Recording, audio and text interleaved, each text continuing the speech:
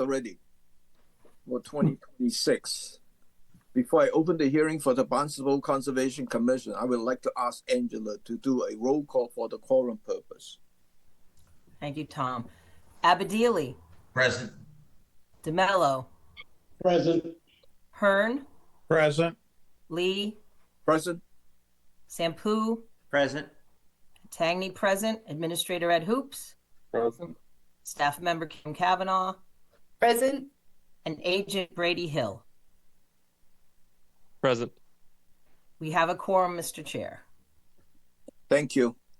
Acting under the provisions of Mass General Law, Chapter 131, Section 40, and or Chapter 237 of the Code of Town of Barnstable, the Barnstable Conservation Commission will hold a public hearing on Tuesday, February the 10th, 2026 at 3 p.m. for the applications of Julian Cox, Walter Lewis, Chester S. Glatchuk Jr., Edward and Lena Lutkeski, Michael W. and Elizabeth F. Fish, trustees, Sandra L. Goldstein Davis, trustees, Sandra L. Goldstein Davis Family Trust. This hearing is being recorded and broadcast on the Town of Barnstable's Government Access Channel. The plans and application are on file and may be reviewed by scheduling appointments by sending email requests to edhoops at 230 South Street, Hyannis. In accordance with the Mass General Law, Chapter 38, Section 20, please let the chair know if anyone is recording this hearing. Hearing none. This afternoon's hearing agenda is posted on the town's website. On the agenda, next to each application is the amount owed to the Town of Barnstable for the cost of advertising. Please send your checks to the Conservation Division at 230 South Street before the hearing. Remote participation. The Conservation Commission's public hearing will be held by remote participation as a result of an act extending certain COVID-19 measures adopted during the state of emergency signed by the Governor on March 28, 2025, suspending certain provisions of the Open Meeting Law. Remote public access to this hearing shall be provided in the following manner. 1. The hearing will be televised via Xfinity Channel 8 or High Definition Channel 1072. It may also be accessed via Town of Barnstable's Government Access Channel. 2. The real-time public comment can be addressed to the Conservation Commission utilizing the Zoom link 874-8252-9130 or use the toll-free phone number 888-475-4499 as shown on the agenda. 3rd, the public can also email the comments to edwin.hoops@barnstable.gov at least 8 hours prior to the hearing. Please note that the last continuance this afternoon for Ocean Gate Condominium, the applicant has requested for a second continuance without testimony to February the 17th. This afternoon, we have a fairly long agenda. Please keep your comment within our jurisdiction under the State Wetland Protection Act and the local ordinances for the wetland protections. The first item on the agenda is the revised plan. We have 4 of them. The first one is New Rushing Mars Realty, LLC. This is for 1500 Main Street, Contour SE3-6134. Sean? Oh, unmute yourself, Sean. Sorry, was that the Cabana project or the Pavilion project, Chairman Lee? I think 1500 is the Cabana project. Cabana. Yes, 1500 Okay. Cabana. All right, so I'll start with that if I could share my screen. Yes, please. Let me know when you can see this. Yep. All right, so this is a pretty minor change. If you recall, this is some work that we did to add a patio in front of a cabana that's in the bank of the bay. And to refresh people's memory, this is the existing cabana, and the bay is on the bottom of the sheet. The bank is up on top of the sheet. What we're asking to do is originally this area, which is about 58 square feet, was originally planned to have a series of 15 U's in it. And what we're doing instead is swapping out those U's for some, what we're calling a stone mulch or a turkey grit. the original area wasn't counted as mitigation, nor was it counted as impervious. The new surface is intended to be an unwalkable surface meant for a sculpture in the future. So it's not an area that's impervious. It's still 100% pervious. So what we're doing is we're requesting a change, the commission to authorize the change from a series of views to a stone mulch. And I have a picture of the area because the work has already been completed. Let's see if I could zoom back. Let me know when you can see this. So this is the patio area. We've got a wooden deck section. We've got open joint granite sections. The area in question is this area here on the top left that was going to get a series of views in it, but instead we're hoping to put a sculpture in that location. So it's a small area. Yeah, very, very small area, and it doesn't affect our mitigation calculations. We originally had to have 1,904 square feet of required mitigation. We were providing about 2,400, and that still holds true. It's about 1,900 square feet of required and 2,400 are provided. Thank you. Question from the commissioner, Bill? 58 square feet of use being converted to stone mulch seems like kind of an innocuous thing. And the fact that you have the mitigation calculations clearly exceed four to one, I'm okay with this, except that I guess the thing that I kind of don't like is the idea that the stone mulch somehow is used as, well, it's still mitigation. It becomes like this soft, whatever it is. It just seems like it's not really something that I would recommend as mitigation. So I would kind of view this as basically reducing the total area that's, the mitigation package is slightly being reduced. And, I'm okay with it because you actually exceed what you need. But I can't, going from used to gravel and saying, it's pretty much the same, which is kind of implied. I don't like that. But yeah, just to answer that, I'm okay with it. If I could, Bill, we didn't count that U area as mitigation because it was within the walls of the patio. It wasn't counted. Excuse me? It wasn't counted, was it? It wasn't counted as mitigation. But It's it not wasn't substituting stone for use as part of the mitigation. correct. And Okay, it's basically, I thought I misunderstood. Okay, but that's correct. Yeah. It's basically treating both as we are not treating it as impervious cover. So we're treating it exactly the same way the U's were. We treated it as, we weren't creating impervious cover. So this area didn't create more mitigation requirement. And the change didn't change the mitigation calculation. If that's, sorry if that's confusing. Thank you, Sean. Angela? Yeah, and mine's just, in the picture you have up, the mitigation is the area outside the concrete blocks or wall, the marble, whatever that is. Is that correct? Correct. And that's not mulch in between those, is it? I'm sorry, mulch between where? These plantings here is your mitigation area, correct? That we can see outside the little wall? Yes, and far beyond that area. Yes, there is no stone mulch outside of the enclosed granite wall. Right, and there's no mulch in that mitigation area either, correct? Because that's what was agreed upon. Correct. Okay, all right, thank you. Angela, I'm not sure. I was going to, if I could jump in, that it looked to me like mulch and then leaves, and I wasn't sure what. Right. Just from the picture. So that's why I just wanted clarification on what was agreed on mitigation that is considered in this package. Thank you. Yeah. Any other question from the commissioner? Seeing none,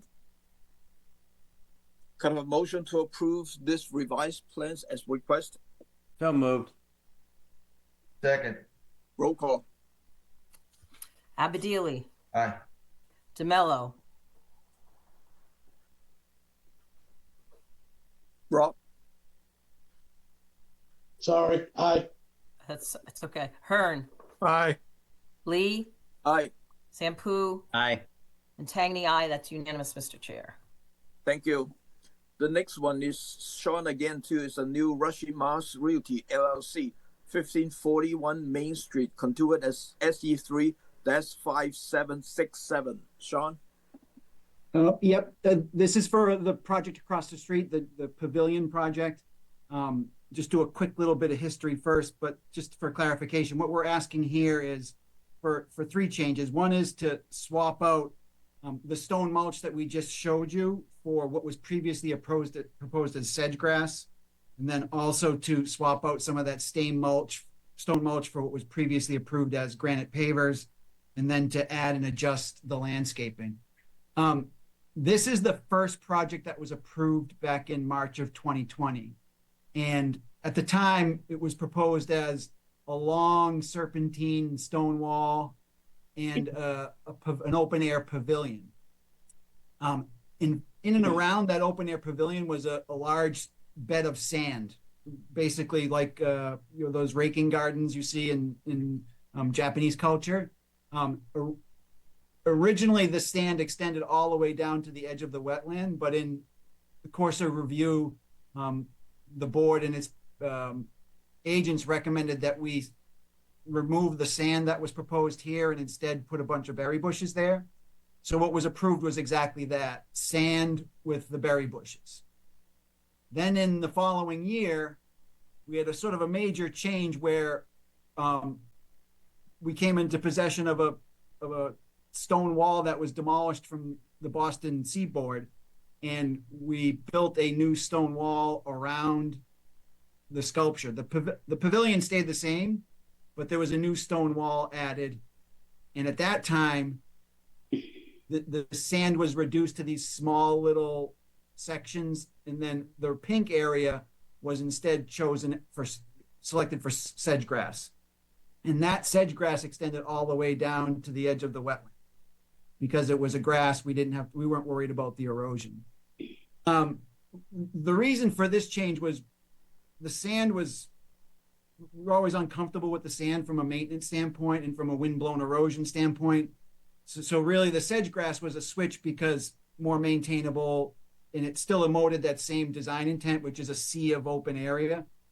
The kind of cool thing that came about was the applicant found another product called turkey grit, and this is a special stone that is used in poultry production. So they eat the grit and then it goes into their gizzard. And it's a stone that's about a ½ inch, maybe 3/8 of an inch, and it's really rough and really angular, so it doesn't move and it's pretty heavy. So what this did is it answered all our questions. It gave us something that was readily maintainable, wouldn't move, was still completely pervious, but gave us the design intent more of what we were hoping for in the sand. So in this case, what happened was what was previously sedge grass, we're now proposing as that stone turkey grit, but we're also reintroducing that interseeding berry bush that was originally approved with the sand construct. So what we've got now is we've got about the same area of turkey grit as we did sand. We have the same interseeding berry bush buffer, but we've also added about 5,000 square feet more of planting material. If you know this property is under a constant state of just adding new plantings. So as a part of this work, a lot more trees, a lot more bushes were added, over 1,000. We've got an updated plant list that reflects what's currently out there, but quite an extensive amount of additional planting. So what we're asking for is allowing us to convert back to the stone mulch and allow us to make the changes that are shown in the landscaping. Thank you, Sean. Question from the commissioner, Angela. Yeah, Sean, I'm slightly confused about, was the sedge grass and the wall change approved by the commission? Because it sounds like a change to a change that was or wasn't approved. I'm confused there. Yes, the change from sand to the sedge grass was approved by the commission. Okay, and so now you're just changing it again. Again, yes. Okay, and the wall there, the additional wall was also approved? Yes. Okay, thank you. And then the pavilion's in the same exact location, same size as it's always been. Got it. Thank you. Bill? This project predates my involvement with the sand and the sedge and whatnot. And when I think about what we as a commission have tried to do is we try to create vegetation, native natural vegetation in the 0 to 50.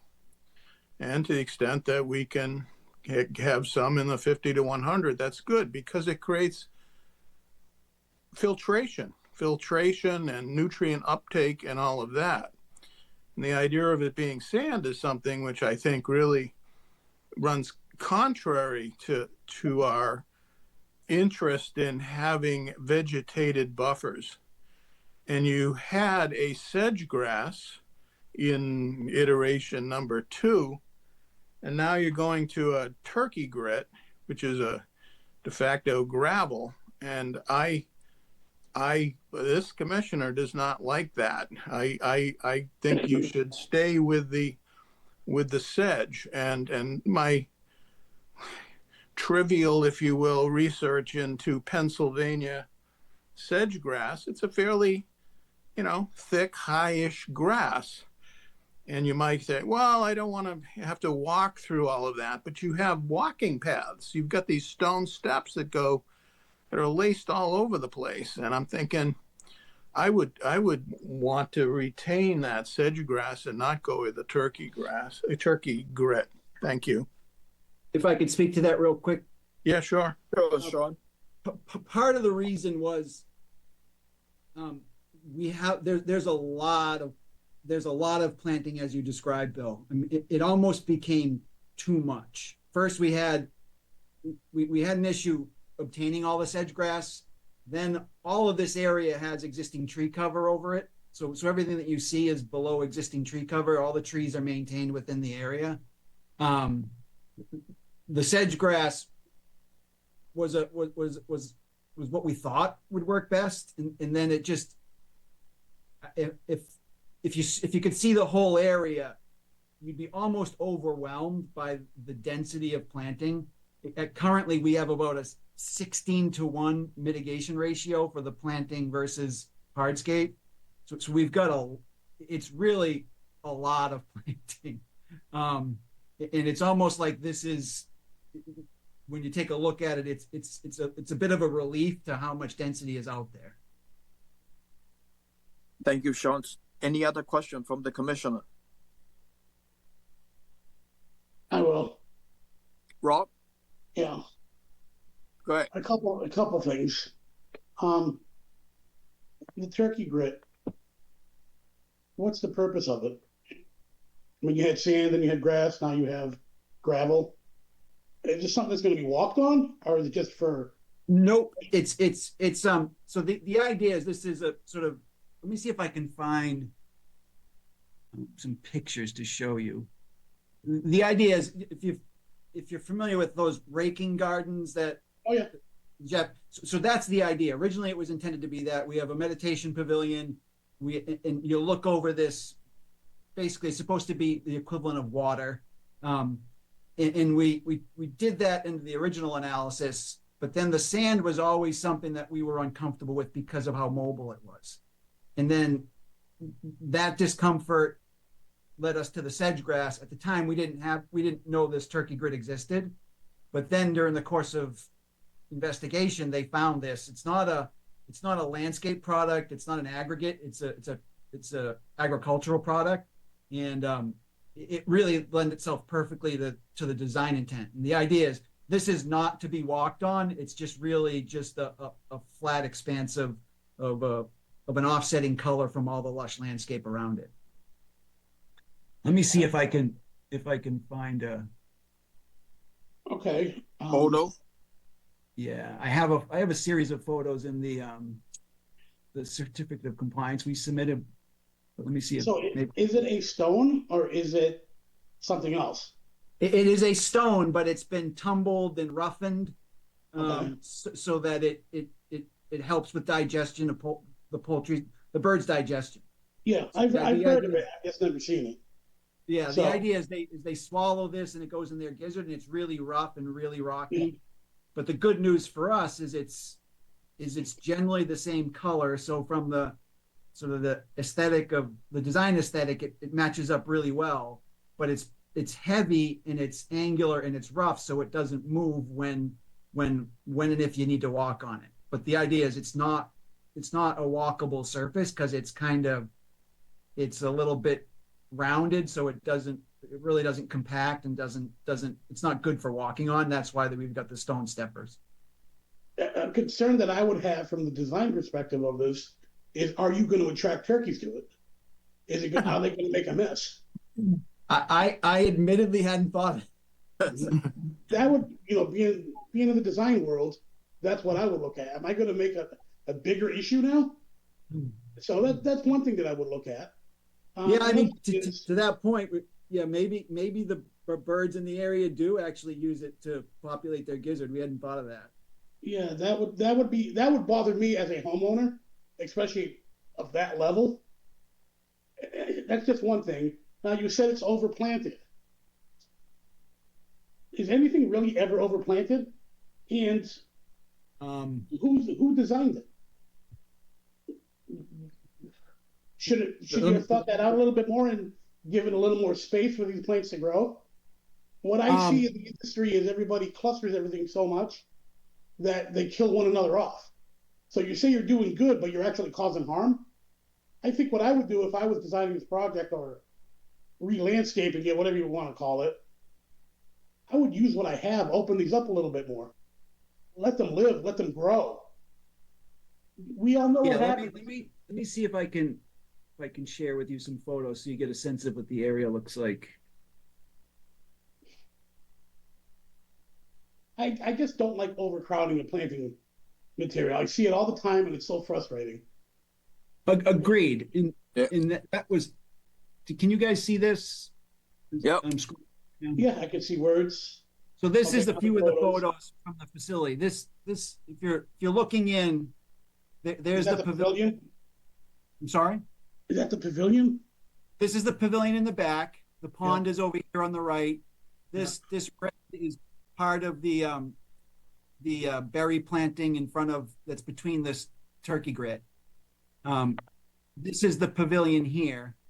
You start to see how the area is treated, all the trees that are there, and then the big landscaped islands, and then the turkey grid is in and around it. Is that already there? Excuse me? Is the turkey grid already installed? It is. Oh, I thought you were trying to get permission to install it. Yeah, I wish I had been asked, but I was not asked. Oh. And I think the logic went through was, well, we had sand approved at one time, and I was like, it doesn't work that way, so we need to go do this. But you'll see there's a lot of planting around. It's a pretty unique place. But this is sort of a good example. We've got all these islands in the middle, and then this is the sedge grass in and amongst it, underneath all the trees that are out there. There's a good example of it as well. Okay. Are you all set, Rob? Yeah, that just kind of threw me for a loop. So yeah, I'm good. Okay. Bill? Yeah, I think we strive to have native vegetation in that 0 to 50, and I just can't see having this too much vegetation. It doesn't. I mean, walkways. I'm all good with having the stepping stone walkways and whatnot, but it looked to me like on the design plan there was a very extensive amount of turkey grit. It looked more like a path in those photographs, but looks like quite an extensive amount of the 0 to 50 that's basically in turkey grit. And if it's already been done, I really think it ought to be restored. I can't support that. The only thing I would say, Bill, is it's about the same as the sand area that was approved under the original order.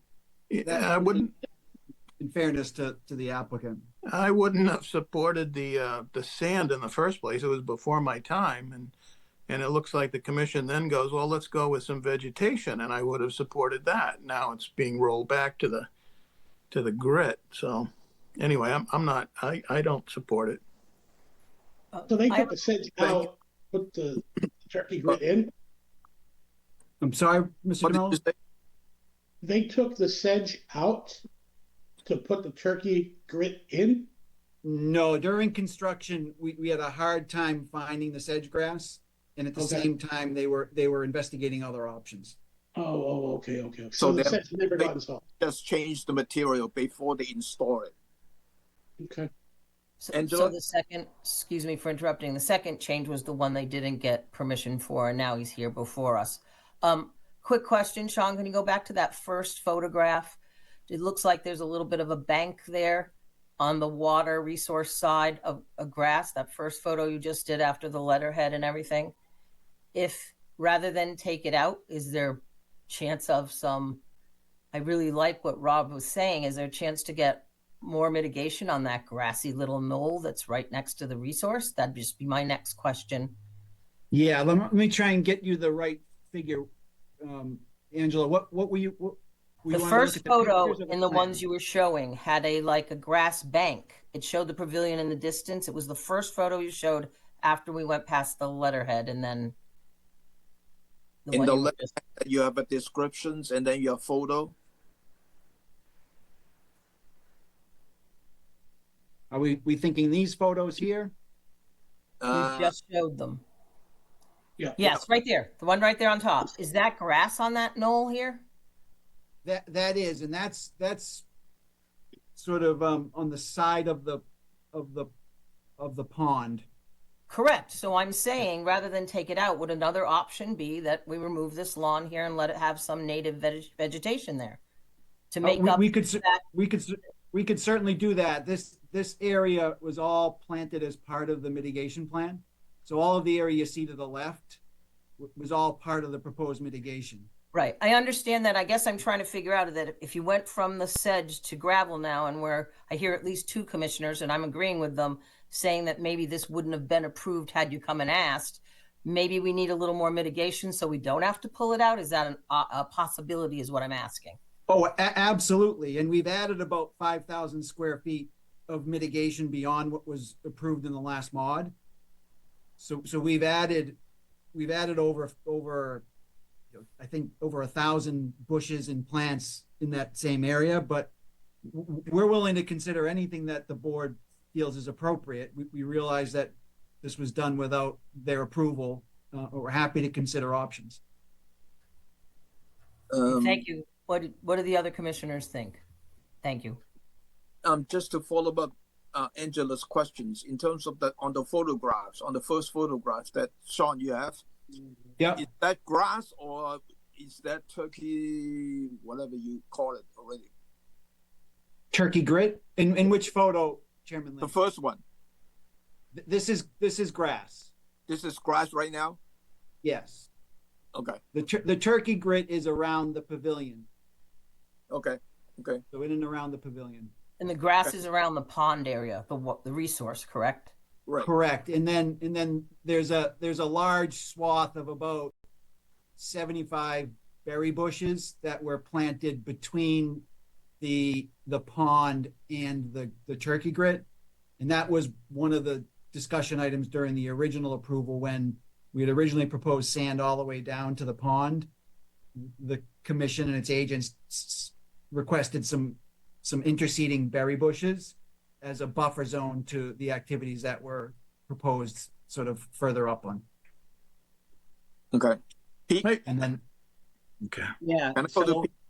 yes. So yeah, I remember. I mean, my memory of this project is that there was a huge amount of mitigation offered, and we allowed sort of that incursion into the 0 to 50 in part because of this huge amount of mitigation that was done.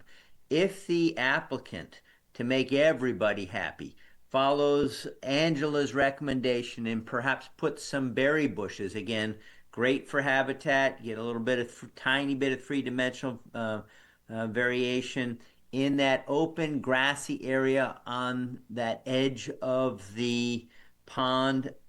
I'm hoping that would make everyone happy. Thank you. Thank you, Pete. Yeah, could I weigh in, please? Sure.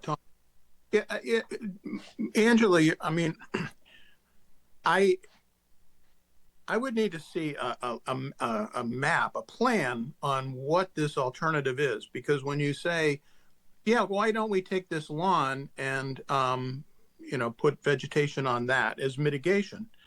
I don't know where that is, and I think that the idea of trying to protect the 0 to 50 from the you want it was originally approved that there would be this sedge grass in the 0 to 50.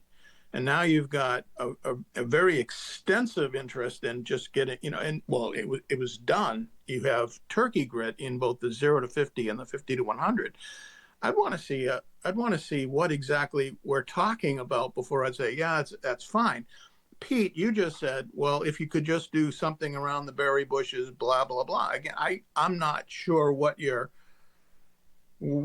that plan would be and how does that affect the 0 to 50. I guess I'm really interested in trying to protect that 0 to 50 and not roll back already approved sedge grass that was then essentially they put turkey grit in. So I think there has to be a little more clear definition as to what that alternative plan is. And I'm very protective of that 0 to 50 from turkey grit. If I could speak to that real quickly, Bill, just in response to Pete's sort of recollection, this table on the screen here is originally we had a 12 to 1 planting ratio. Then under the approved revision to the project, we went to a 10 to 1 mitigation ratio. Then currently we're at about a 16 to 1 with all the additional planting. I think to your point, I think what would probably be an appropriate way to address this is, if you see this area right here is all berry bushes that were planted as mitigation to act as an interseeding buffer between the original sand and the resource area. Perhaps what we could do is this was that area as previously approved, sand, stepping stones, the interseeding buffer. We added the interseeding buffer, but perhaps what we could do is remove some of the turkey grit and add some more buffer on the other side of the stepping stones. That would all be within the 0 to 50. It would reduce the amount of turkey grit we have in the 0 to 50 and then increase the berry bushes in the 0 to 50. If the commission would just sort of suggest how much square footage they'd be looking for or how wide they'd like that additional buffer to be, we could even move the stepping stones if that were something that the commission thought were appropriate. Thank you, Sean. John. Yeah, I think we get, the point that Bill and Rob made valid, but I think they got to step back a little bit and look at this entire project as it was presented. I mean, the initial mitigation was already heavy. According to Sean's numbers, it's going up to a 16 to 1 mitigation, even with this change. I think following Angela and Pete's suggestion, if you look at that bank, there was a lot of bushes along the pond, and then it turned to grass. Angela and Pete, if you added another, 3 foot wide strip along there, or 4 foot wide strip along those things, I mean, the environmental impact of this is incredibly positive overall. Yeah. Honestly, I just think you got to step back. You got to look at this project as a whole and when it was done. And I'm not a fan of turkey grit either, but from an overall project point of view, its impact on the pond, I think following Angela and Pete's suggestion is easily the right conclusion, in my opinion. Thank you, John. Sean, when you showing the area that you said you may be able to do some sedgewood and stuff like that in there, I mean the additional planting, what is the width that you reference to? Do you know on your drawing? Let's just see. So this green clouded line. Yep. Is the existing berry bushes there. It's about 8 to 10 feet wide. The landscape, the grass area that Angela was referring to is over in this area. Do you have a Where cursor that you can show with that? I'm not sure. Let me see if I'm not. Let's see You if I want to can. change to a different type of cursor? Something that just like a pointer. Yeah, are you seeing that orange? Yep. Yeah, that's where that grass area that Angela was referring to is, along the edge of the pond. Okay. And we've got a whole bunch of planting that went in those locations. You can see from all the different callouts there was a whole host of planting that went in those areas that reduced the size of what was lawn. Again, we're happy to consider more. And then what I'm suggesting is, Bill, along the lines of what you were recommending, this is probably the thinnest area of buffer. We could do some work in this zone to thicken it up with more bushes, provide a little bit more buffer zone between the turkey grit and the pavilion and the resource. Sean, I'm thinking of two. One is the one that you're showing right now with the orange, and then second is the initial orange that you're showing what Angela was referring to as the revised mitigation plans. Yeah, With I that- would be good with that. I'd be good with that. That being the replacement of the lawn with some additional planting. Right. Okay. I think that would be better from our standpoint as well. Okay. So does that mean that this thing that's on the northern side, that's basically lawn that goes right down to the wetland edge? No, there's a let me just get rid of this. There's a thick, about 6-8 feet of planting along the edge of the pond, and then there's lawn, and then there's a whole bunch of planting on the hill. This is all woods, and it was all planted up inside that woods. There's a small section of lawn, and then a series of plantings along the edge of the pond. So, like Rob was saying, we're not overplanting an area that was already planted. You're kind of just thickening it or spreading it out. Right. Yeah, if correct me if I'm wrong, but the idea would be to reduce the lawn area that's through here. Sorry, I'm not doing a very good job of this. By thickening up at least the edge a little bit, maybe 4 feet with additional planting. I think that's correct, what Pete and Angela and Tom were saying. Right. So that would be correct. I'm okay with it too. that would be about, let's see if I can find the scale on this. So let's call it, that's 40 feet. So this would probably be about 100 feet by 4 feet. Okay. About 400 square feet of additional planting arranged linearly along that edge. Okay. And it would reduce the amount of lawn. So we'd be swapping about 400 square feet of lawn for 400 square feet of buffer zone planting. Sold. How many square feet is for this second orange behind the green? It would probably be about a little bit less, maybe about 240 square feet, 200 square feet. So it's a total of about 600. Oh, you want to do both? Yeah, I think we are talking. Yeah. I think I'm talking about both. I didn't realize I didn't realize this was cumulative.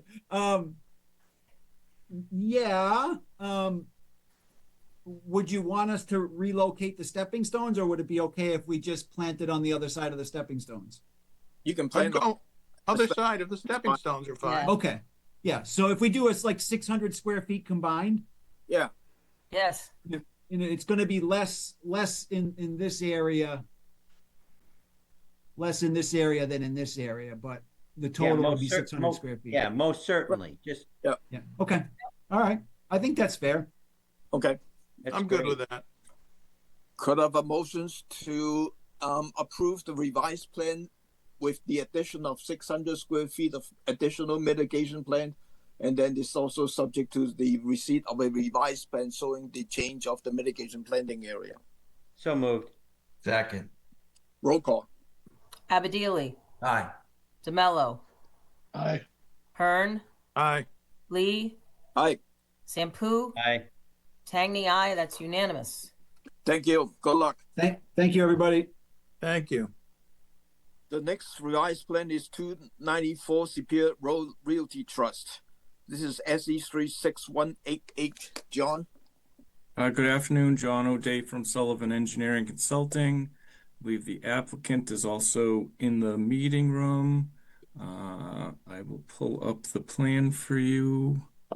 Sorry.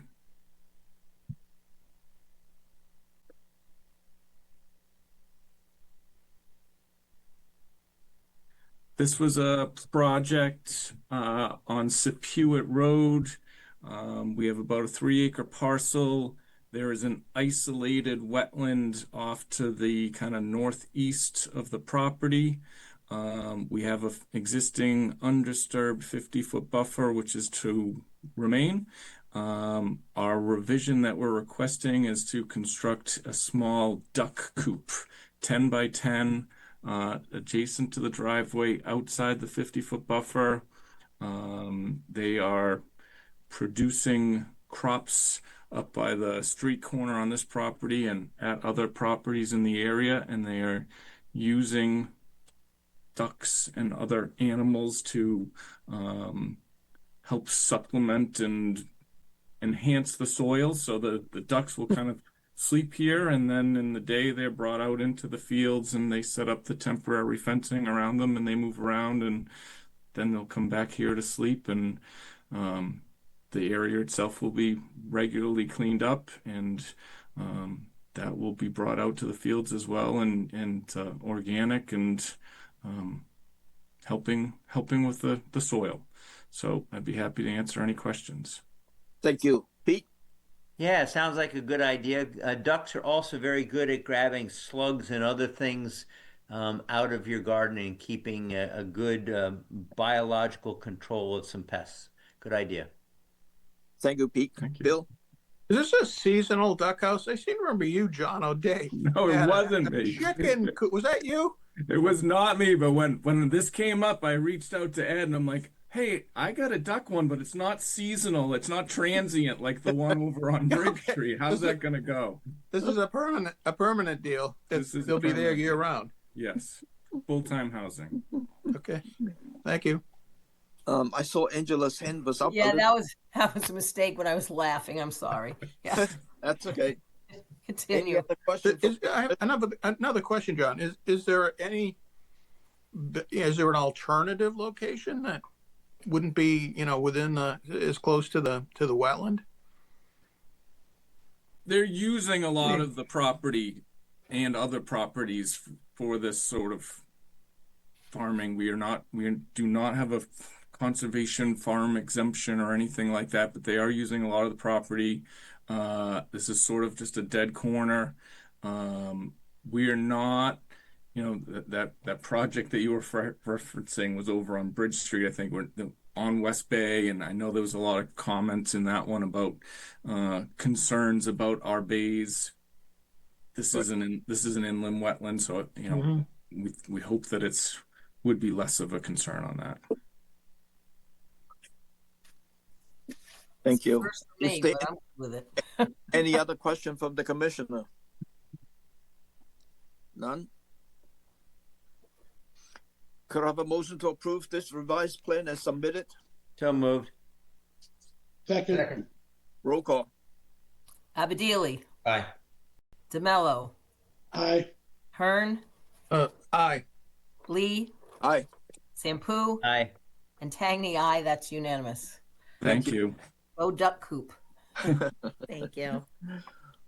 The last revised plan is Emily Dawn Kroons, trustee SE 3-6240. John? Yes, John O'Day from Sullivan Engineering again. I'll bring up this plan for you. This was a demo rebuild on North Bay Road in Oyster Harbors. Plan should be up for you now. There was a pool approved in the backyard. It's shown here in red. We have changed, it was an 18 by 36, I think, and it's gone to a 9 by 75, still outside the 50-foot buffer. Actually, a couple square feet less of patio around it. Within the 50-foot buffer, there is a patio that was approved and stairs and a rinse station. We have added a couple of stepping stones to connect the two. We're still a significant reduction in hardscape within the 50-foot buffer. And our letter also noted that there was an approved deck on the plans that we think was missed in our original buffer zone calculations, so that's been corrected. And since this project, in addition to our mitigation, we've had another filing come forward with a pretty significant bank and buffer restoration on top of it, which we've now kind of cross-referenced in those calculations. So with that, I'd be happy to answer any questions. Thank you, John. Any question from the commissioner? Seeing none. Could I have a motion to approve this revised plan as submitted? So moved. Second. Roll call. Abadili, Aye. DeMello, Aye. Hearn, Aye. Lee, Aye. Sampu, Aye. and Tangney, aye. That's unanimous, Mr. Chair. Thank you again. We have a last-minute extension request. It's Bernard LeBeau and Barbara Guilfoy. And this is SE 3-5734, and this is the first request for 3 years. Any question for John? No. No, Could I just propose- Go ahead. quick question, just for point of reference. That was not on the agenda? Is that the one that's That was we the got an last email? minute. No, the last minute added on the agenda. It was posted. Got it. Got it. I was just double checking. Thank you. Yeah. Could I have a motion to approve the extension request? So move. Second. Roll call. Abadili, Aye. DeMello, Aye. Hearn, Aye. Lee, Aye. Sampu, Aye. and Tangney, aye. That's unanimous. Thank you. You. The next one is warning letter. There was only one. Is the estate of Rita B.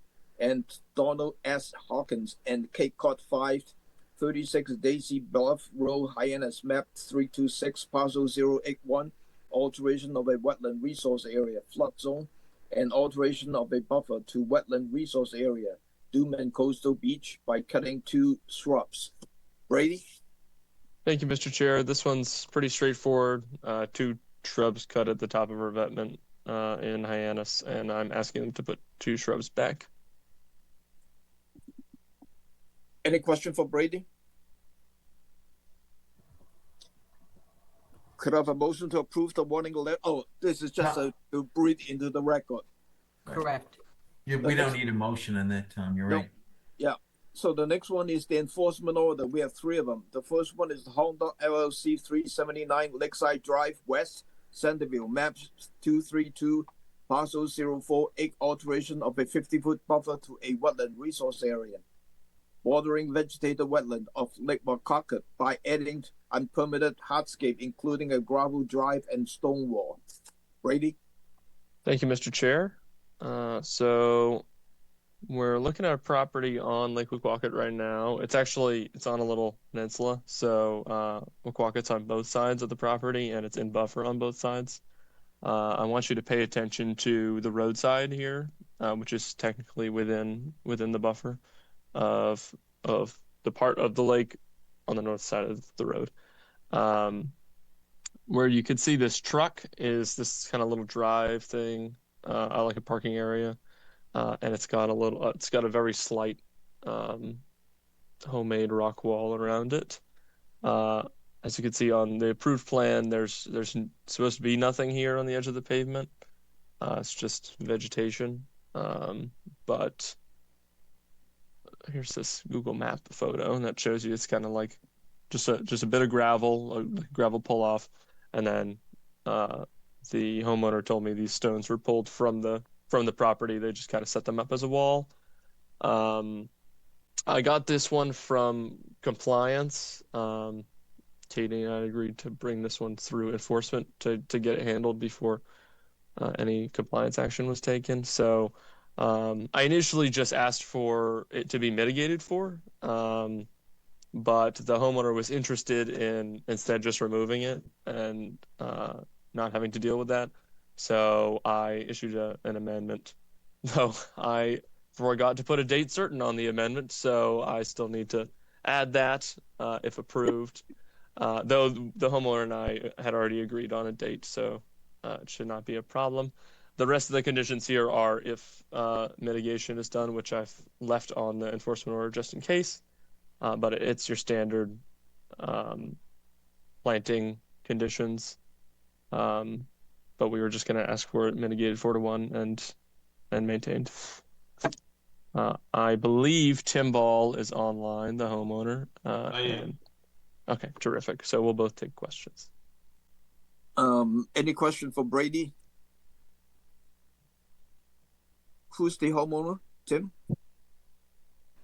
Tim Ball. Myself and my wife Mary. It's we took title in the name of Hound Dog LLC, but that's us. Okay. So you understand what Brady is asking you for, right? On this. Yeah. No, I get it. I mean, we're not that attached to it. The whole thing was an afterthought. The stones came from the holes that we had to mitigate when we had trees removed in another project, or actually part of this project. And we were also permitted to move some things around in the front area of the house. And we ended up with a pile of stones, and we dry stacked them, figured along the road would be harmless. And we put some gravel there and didn't realize that it would be a problem. And, I really don't want to deal with an engineer. The engineer I used, I had to hound him to get him to do anything. And I don't want to have to spend months hounding him to draw something up only to mitigate 4-1 when adjacent to the area where it is, there's a whole lot of perennials that you can't see in that photograph. And there's really nowhere else to put mitigation. So we'll just remove it. We'll just it's not that the gravel is very thin. There's barely a yard of it, and the stone is dry stack, and it came from the property. So we'll put it somewhere else in the property on something that's already a hard surface. Okay, thank you. Could I have a motion to approve the enforcement order as written? So moved. Second. Excuse me, before you vote on it, just technically subject to Brady putting in the date that he needs to put in. Right. The one that he mentioned about the Right. amendment. Yeah. I know he needs to modify it a little bit, so that's Right. great. Yeah. So if the motion is to approve the amendment order as amended by Brady, or to be amended by Brady. Yeah. So moved. Second. Roll call. Abadili, Aye. DeMello, Aye. Hearn, Aye. Lee, Aye. Sampu, Aye. and Tangney, aye. That's unanimous. Thank you. Good luck. Thank The you. next one is Robert G. Willett, 31 Pine Avenue, Hyannis, maps 289, parcel 119-001, alteration of a buffer to a wetland resource area, vegetated wetland, by adding unpermitted hardscapes through the replacement of an existing shed with a larger one. Brady? Thank you, Mr. Chair. So this property we're looking at, it's part of the Stewart's Creek area. So we kind of have this little river basin thing over here, and some BVW that's close to the house. We had a project come through on this property not too long ago for a deck. It's the deck you see here. There was an accepted existing shed there that was about 9 by 12, according to how I measured it out on the plan, and it got substantially bigger. It's about twice the size now. After being replaced, I was told by the homeowner that it was kind of in a sorry shape, so they got a new one. didn't realize it was bigger. Now we measured it on site. It's about 20 by 10. Normally for something that large or larger, we'd ask for an RDA. Oh, here's the plan I added. This is the original. Now it's a little bigger. So as you can see, shed. I don't have any on the ground photos of the original shed, but it was in generally the same area. So as I said, for these sorts of things, ask for an RDA. And so that's what I'm doing. In addition to the cease and desist, we're asking for a after the fact RDA and restoration to original conditions if they choose to remove it instead, but they may put back the shed that was accepted there, or a shed of the same size and the same footprint. So I thought I saw Rob come on. Rob is the owner. So we'll take some questions. Any question for Brady?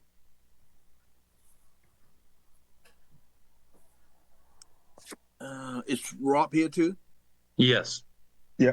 So you understand what Brady is asking you for under this enforcement order? Okay. Not really. A little confused. So I just need an after the fact request for in order to keep that shed, or yeah, you so either how do I remove it, or you either go about remove it, getting that? or filing for the after the fact with RDA for the shed. Can we do the after the fact so we don't have to move it or anything like that? That's what the enforcement is written as or. Yeah, I can provide you with the checklist if that's the direction you choose to go with it, and I can help advise you on the RDA process. Thank you, because Brady. I'd rather not have to move it or get rid of it or anything like that. Yeah, talk to Brady, and then he can give you some direction as far as the after the fact filing for the LDA. Could I have a motion to approve the enforcement order as written? So moved. Second. Roll call. Abadili, Yeah, aye. DeMello, Aye. Hearn, Aye. Lee, Aye. Sampu, Aye. and Tangney, aye. That's unanimous. Thank you. Good luck. Talk to Brady about the procedures to apply for the after the fact filing for the LDA. We get in touch with Brady, or does Brady get in touch with us? Call the office and get in touch with Brady. Okay, thank you. Thank you. The next enforcement order, the last enforcement order, is Alan Valentgast and trustee and Alan Valentgast, revocable trust 154 Eel River Road, Austerville, map 115, parcel 010-001, alteration of a wetland resource area, flood zone, and the 50-foot buffer to a wetland resource area, Parker Point, by adding unpermitted hardscapes, deck expansions. Brady? Thank you, Mr. Chair. So this is like a tiny little peninsula thing, just one property sticking out of the north side of Parker Pond here. It's in flood zone and in the buffer to the pond. We've had a couple projects through them, but nothing to permit what you're seeing here. Is this extension of the deck. There was already a deck that's been there for a while, and this is new as of within a year. And as you can see on the photo, that little spur of the lake is right there, so it puts it within the 50, at least partially. So, and I met out on site with Mike Schultz to look at it, and as you can see, these are very helpful photos. There is a deck here, and the stairs are part of it. I'm essentially where I'm taking the photos on the left side. I'm standing on the existing deck and looking down where the snow is being held on the deck that did not have permitting. So I am asking for a cease and desist, and then removal and restoration, or seek approval via an NOI. Of course, there's no guarantee, as with all of the filings. I believe I saw Mike Schultz on for this one, but we'll take some questions. Any question for Brady first? I do. This is Amy Daubert, and I am waiting Oh, on the. excuse me, I'm asking for the commissioner comment. Oh, sorry. This is not the public comment in terms of the enforcement order. Sorry. The next one is Michael. You representing the homeowner? Do you understand what we're asking about the enforcement order? Good afternoon, Chairman Lee and members of the commission. I do. I did go to the property with Brady Hill. I understand it, and we will adhere to the enforcement order. So thank you. Thank you. I just want to mention that this is not a public hearing for the enforcement order, so I'm not going for the public comments.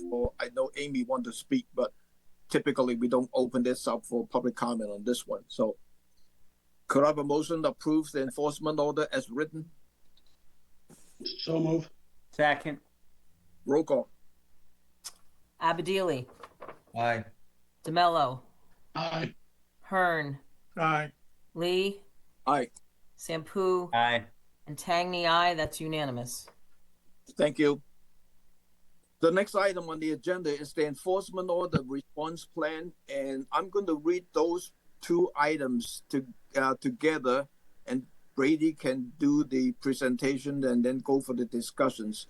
But at the end, I will need two separate votes because they are under two separate SE3 numbers.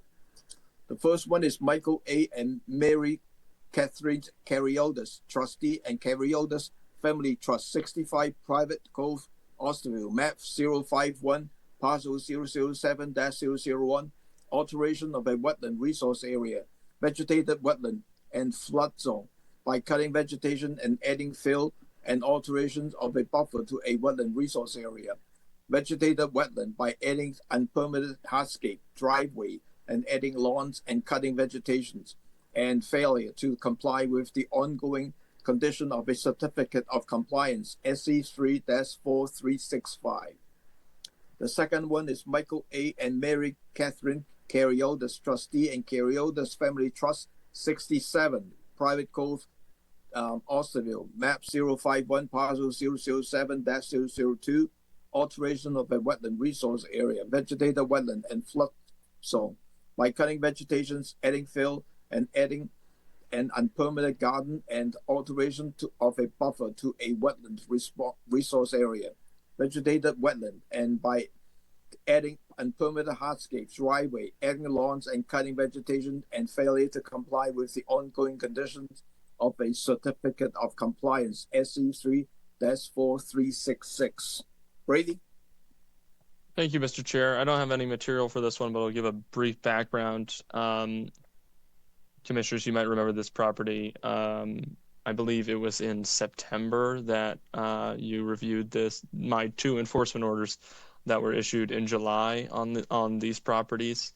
There was a large wetland in the middle of the property and part of the buffer that experienced some fill and other hardscape, and you had approved to have a full enforcement order response plan for both enforcement orders. And so what you're going to review right now is one enforcement order response plan that will apply to both orders because it covers both properties. I believe Crawford is on. They did the plan. So John O'Day and Mike Schultz are also involved, to my knowledge. I guess I'll turn it over to Crawford. Before you go there, initially this response plan was scheduled for January the 13th, and then we kind of tabled it to today. That's why we are here. Do you want to start with Lauren? Yeah, I can start. This is Nick Crawford. Hi, Nick. Hi. Good afternoon, everyone. Nick Crawford from Crawford Land Management. We were brought on to the project in order to assist in remedying the enforcement order and providing a restoration plan. The project consists of the elements that Brady talked about. Kind of in a nutshell, we will be removing um, the unpermitted hardscapes, which include driveway, perennial or slash vegetable garden, Nick, in addition to some lawn areas. Nick, is it possible to share the plan with us? Yes, absolutely. On 1 second. Here we go. Thank you. Yep. All right, let me know when you can see it. Can you see it? It's coming up. Yep. All right. So hold on, let me zoom out a little bit then. So in a nutshell, this isolated wetland, as it exists right now, is basically between this permitted driveway here and the unpermitted driveway here. And the unpermitted driveway basically makes a connection and makes the driveway a loop instead of kind of two separate ones, one to the guest house and one to the main house. As part of this project,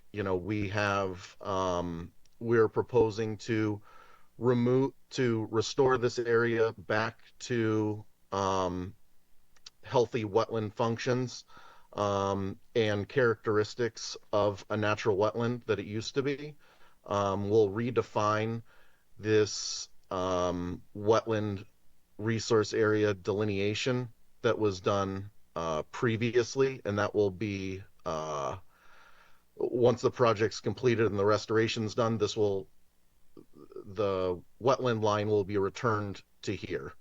That is going to involve removing material, both driveway material, base material, and any other material that may have been placed inside the wetland area. In addition to restoring, the functions of the wetland, we've also proposed the restoration planting of the area with 518 shrubs and 12 trees, both overstory and understory. We believe that the plan before you right now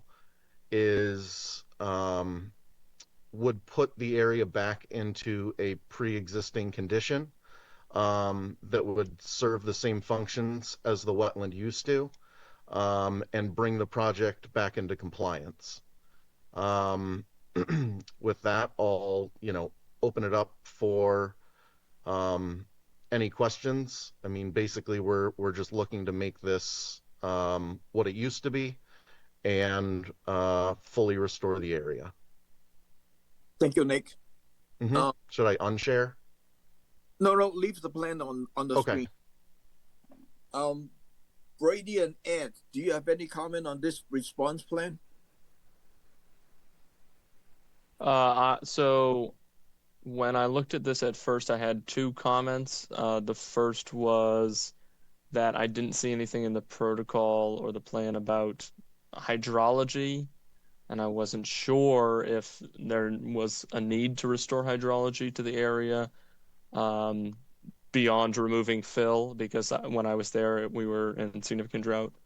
And so I didn't really get a sense of it on site. So a note about that would be helpful, whether that is needed or not. And then secondly, and I see a revision was made on here per that comment, I was assuming the commission would want to see some sort of demarcation of the wetland. And so I provided that comment to them. Yeah. So in relation to the hydrology of the area,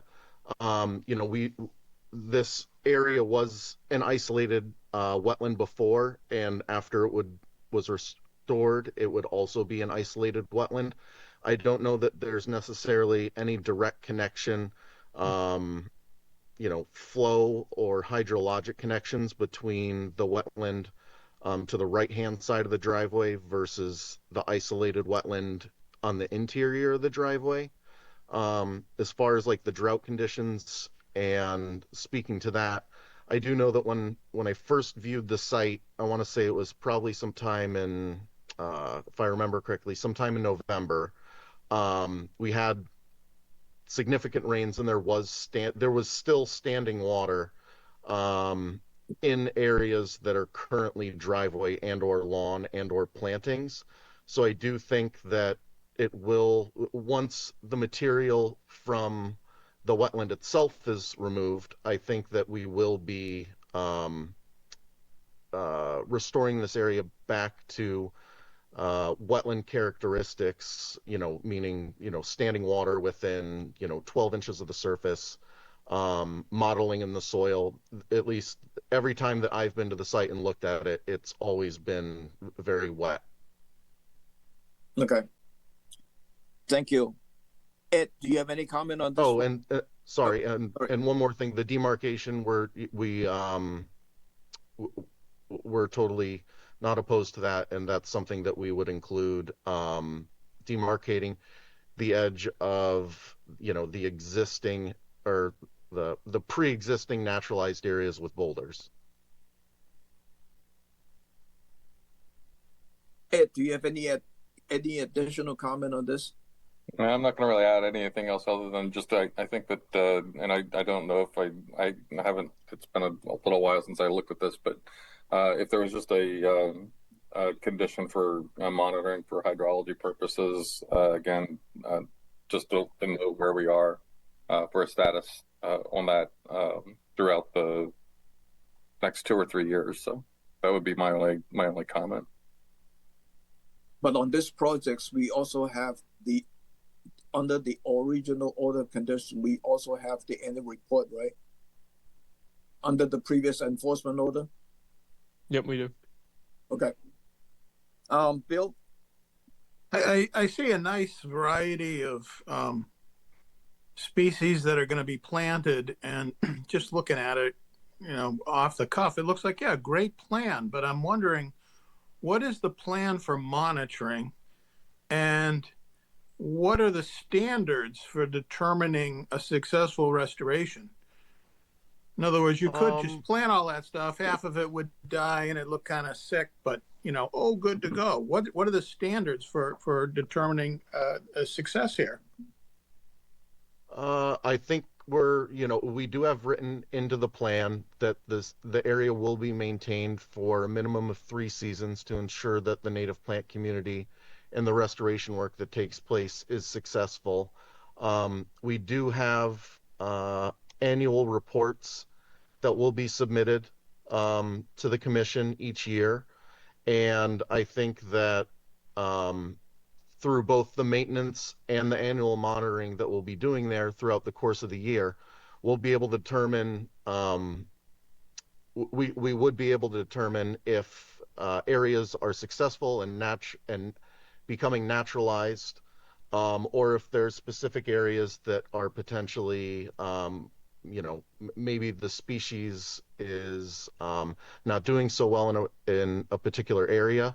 We can always write that into the report and pivot if we need to make any substitutions on species. And as Ed said, we'll be monitoring the area, so we can definitely keep in mind and include in the report, hydrologic conditions out there that season. Could I have a follow-up?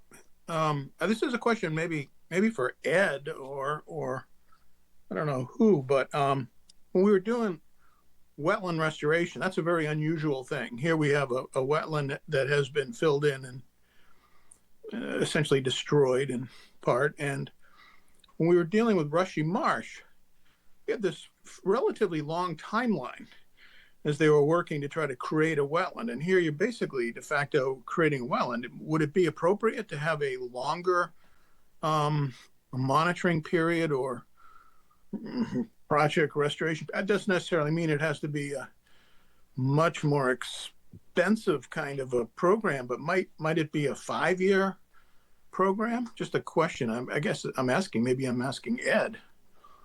Yeah, I don't think that there would be there would be no harm in asking for a 5-year monitoring for this plan. I think there's a huge difference though between this and Rushy Marsh. This is a restoration of an isolated vegetative wetland. Rushy Marsh is basically a replication of a wetland in what was not hydric soils to begin with. So it would need a much longer. You'd need a much longer time to see whether or not anything was working. In the case of Rushy Marsh, here it's an isolated vegetative wetland.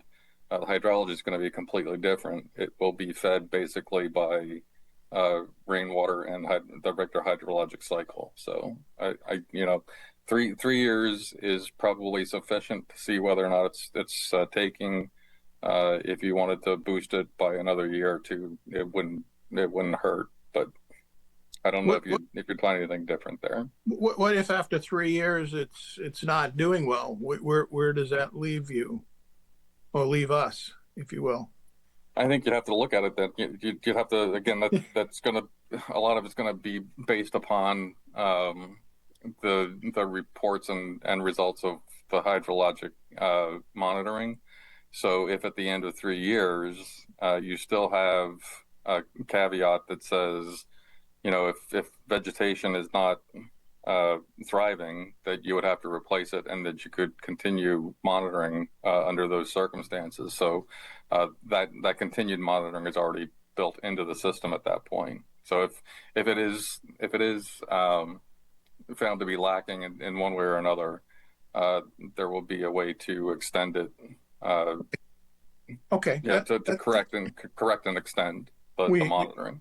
We have the way of doing that. Thank you. So we have the option to add the additional times after that 3 years. Okay.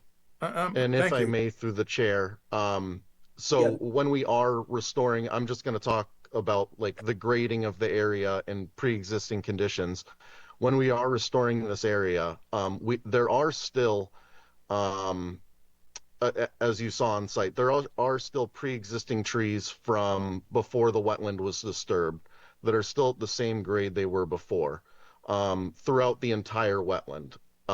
So the alteration, you know, within the wetland itself, you know, this isn't a pre-existing tree that was in or on the edge of the wetland before, and it's still there. So we'll be able to match the grade following, you know, the root flare of this tree approximately to the root flare of another tree in order to get back to those pre-existing conditions. So I don't think that getting those hydrologic conditions very similar, if not very close to the same condition as they were before, is going to be that difficult to achieve, because we do have some benchmarks to work with.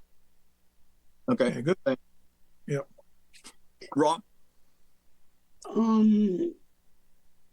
You just brought up a great point that I wanted to ask about, was the existing conditions, the grading. Was this filled in at all? I mean, so you know, the bulk of the area, you know, the internal area of the driveway as it exists now, I don't believe the grading changed all that much, because there are those pre-existing shrubs and pre-existing trees that are still there. I think that the area where we're going to be removing material is really going to be mostly concentrated in this area where the hardscape was put in, and it's mostly going to be removing you know, whatever base material and gravel exists in that area. You know, we're looking to get back to these pre-existing conditions where the root flares of the trees are. And then as for I'll call them upland areas outside of the wetland, you know, to create as little additional disturbance as possible, I think that once we get the wetland resource area itself back into a wetland condition or back to the previous grade, we would intend on kind of feathering that into what's existing on site now, so that we're not, so that, you know, we're looking to minimize the additional disturbance while at the same time restoring it. So, you know, I think that the majority of the fill if there is fill, would be removed from kind of this area here, within the wetland itself, and then we'll be removing, gravel and base from this area. But I don't know that the grade necessarily needs to change all that much in that area, because these are pre-existing trees here, pre-existing trees here. So we know we're within inches of the pre-existing grade. So what I'm looking at here as a planting plan is what you guys are proposing. Yes, I mean, we are proposing to, like I said, restore the wetland characteristics of the resource area itself, and that will include the removal of fill, and the gravel and the base. The pre-existing plans of record aren't super detailed as to what the pre-existing grades were. So it's going to be a little bit of a field decision based on the trees that are remaining. And once we actually start exposing some of the underlying soils, basically seeing what we find. But what I'm asking you is, you're pointing out some of the trees that are existing already, like down below.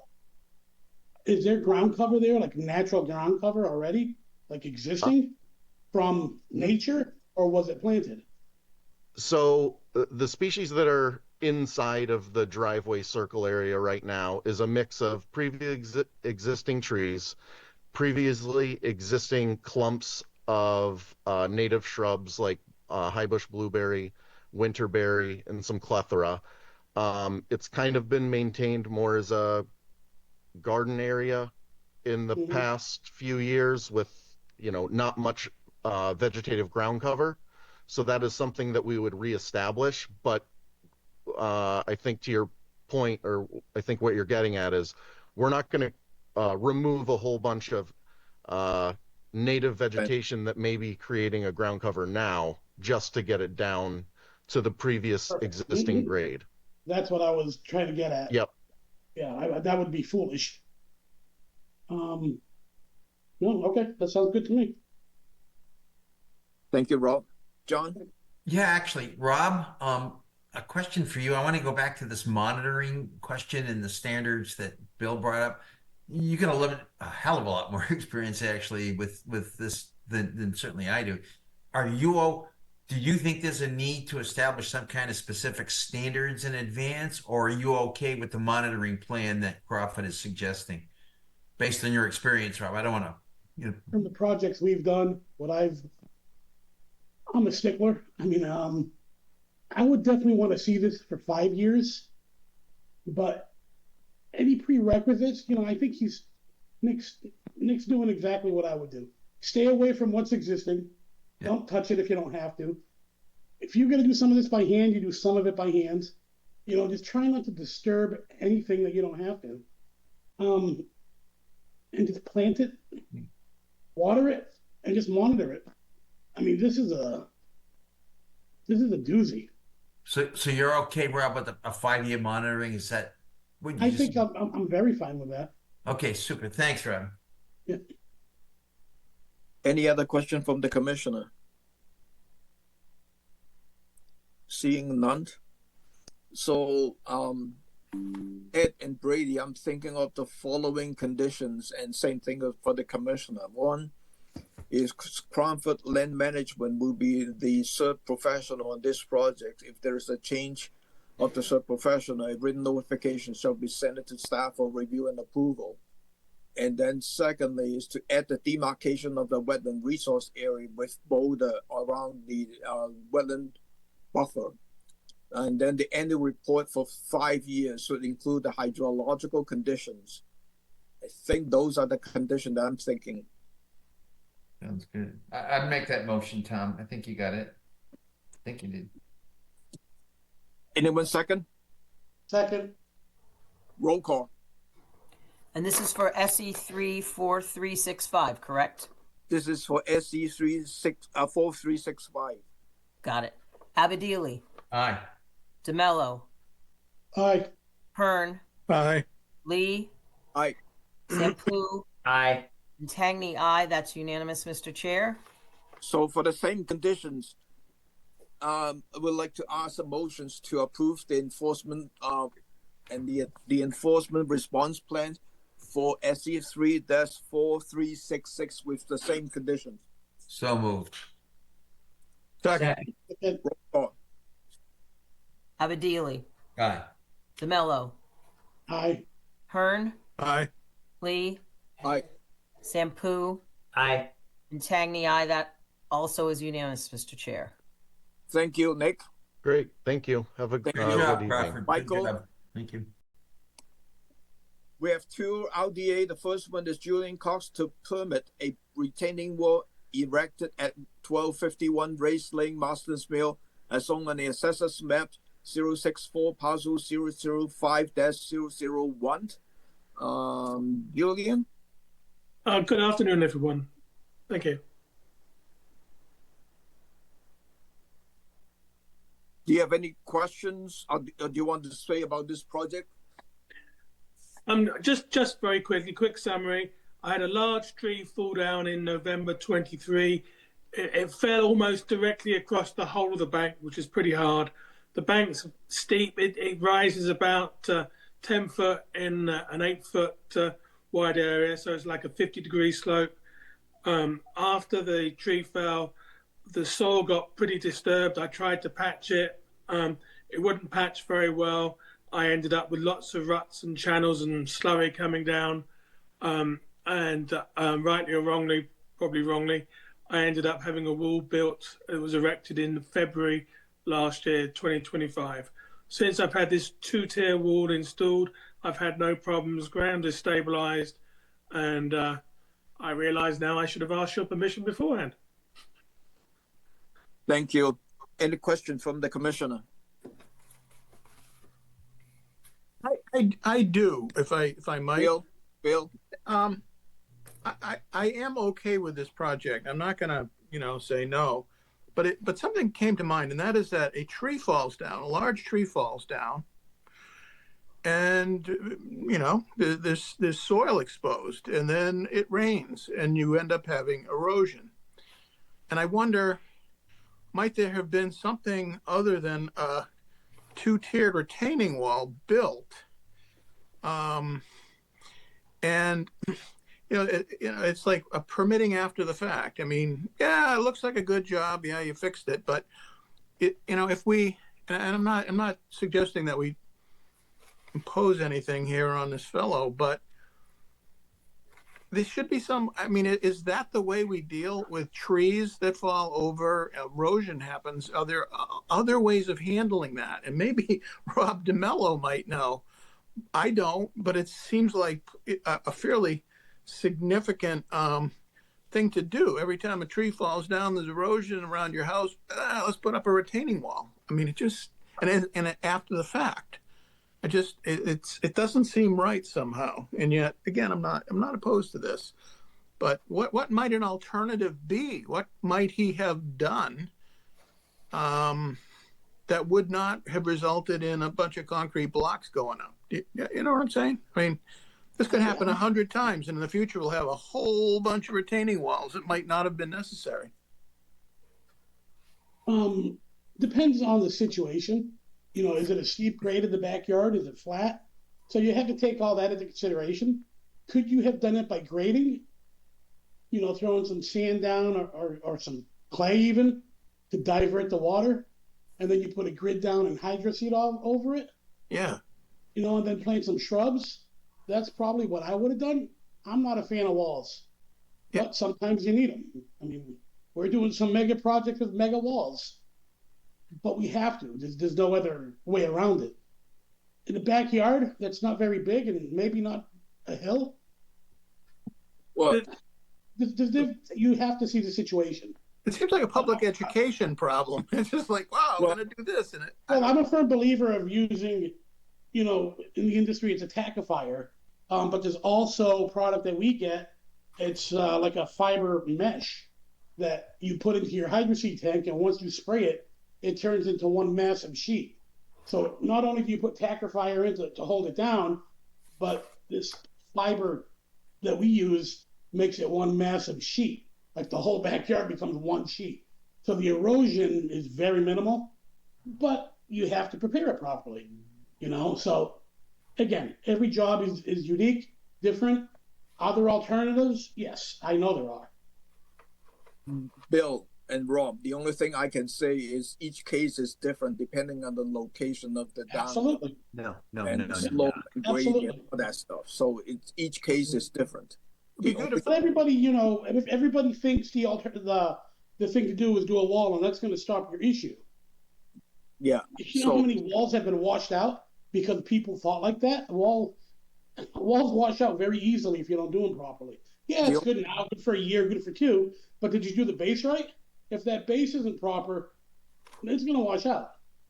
The only thing I would suggest for the residents is if there's a tree down and they think that is within the buffer zones, you know, call the office and see whether there's any recommendation from our staff to go from there. And that's the only thing I can mention. I wish the public would stop doing what they do and say, "Oh, I didn't know." If you live on Cape Cod, you know that within 50 feet you're going to talk to somebody. That's just come on. Let's not play the game. We're not stupid.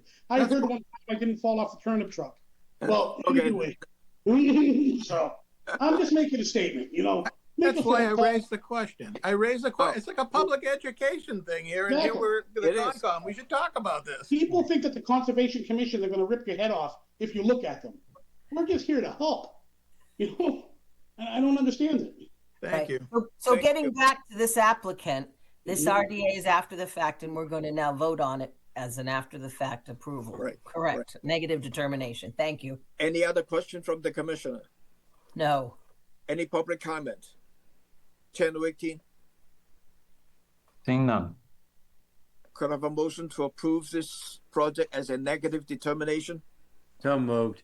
So moved. Second. Roll call. Abadili. Aye, and thank you, Angela.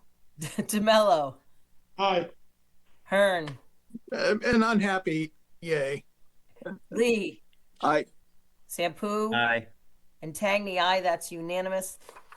Good luck. Thank you, commissioners, and thank you, Brady and Kimberly. Thank you. Yep. Thank you. The last RDA of the afternoon is Walter Lewis request that an 8 by 12 foot shed remain in the current location at 31 Lewis Lane, Osterville, as shown in the Assessors Map 115, Parcel 023. Walter. Dad, you can talk. Hello? Yes. Thank you. Can you hear him? Yes, we can hear. Go ahead.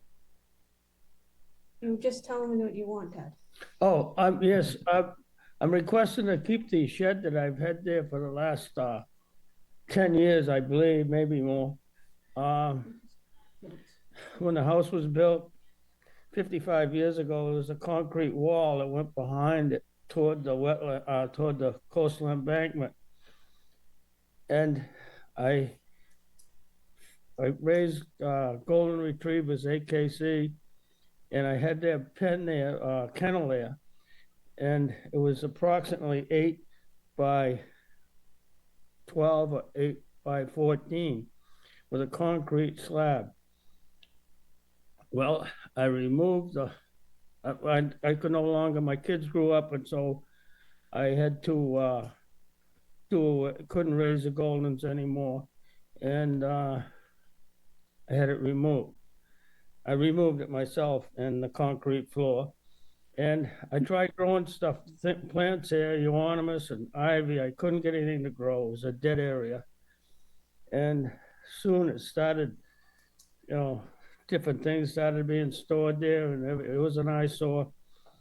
And I was riding through Wareham, and I saw the shed, and I said, wow, I could cover that ugly wall, and I can get the stuff off the ground and off of with tops and all that.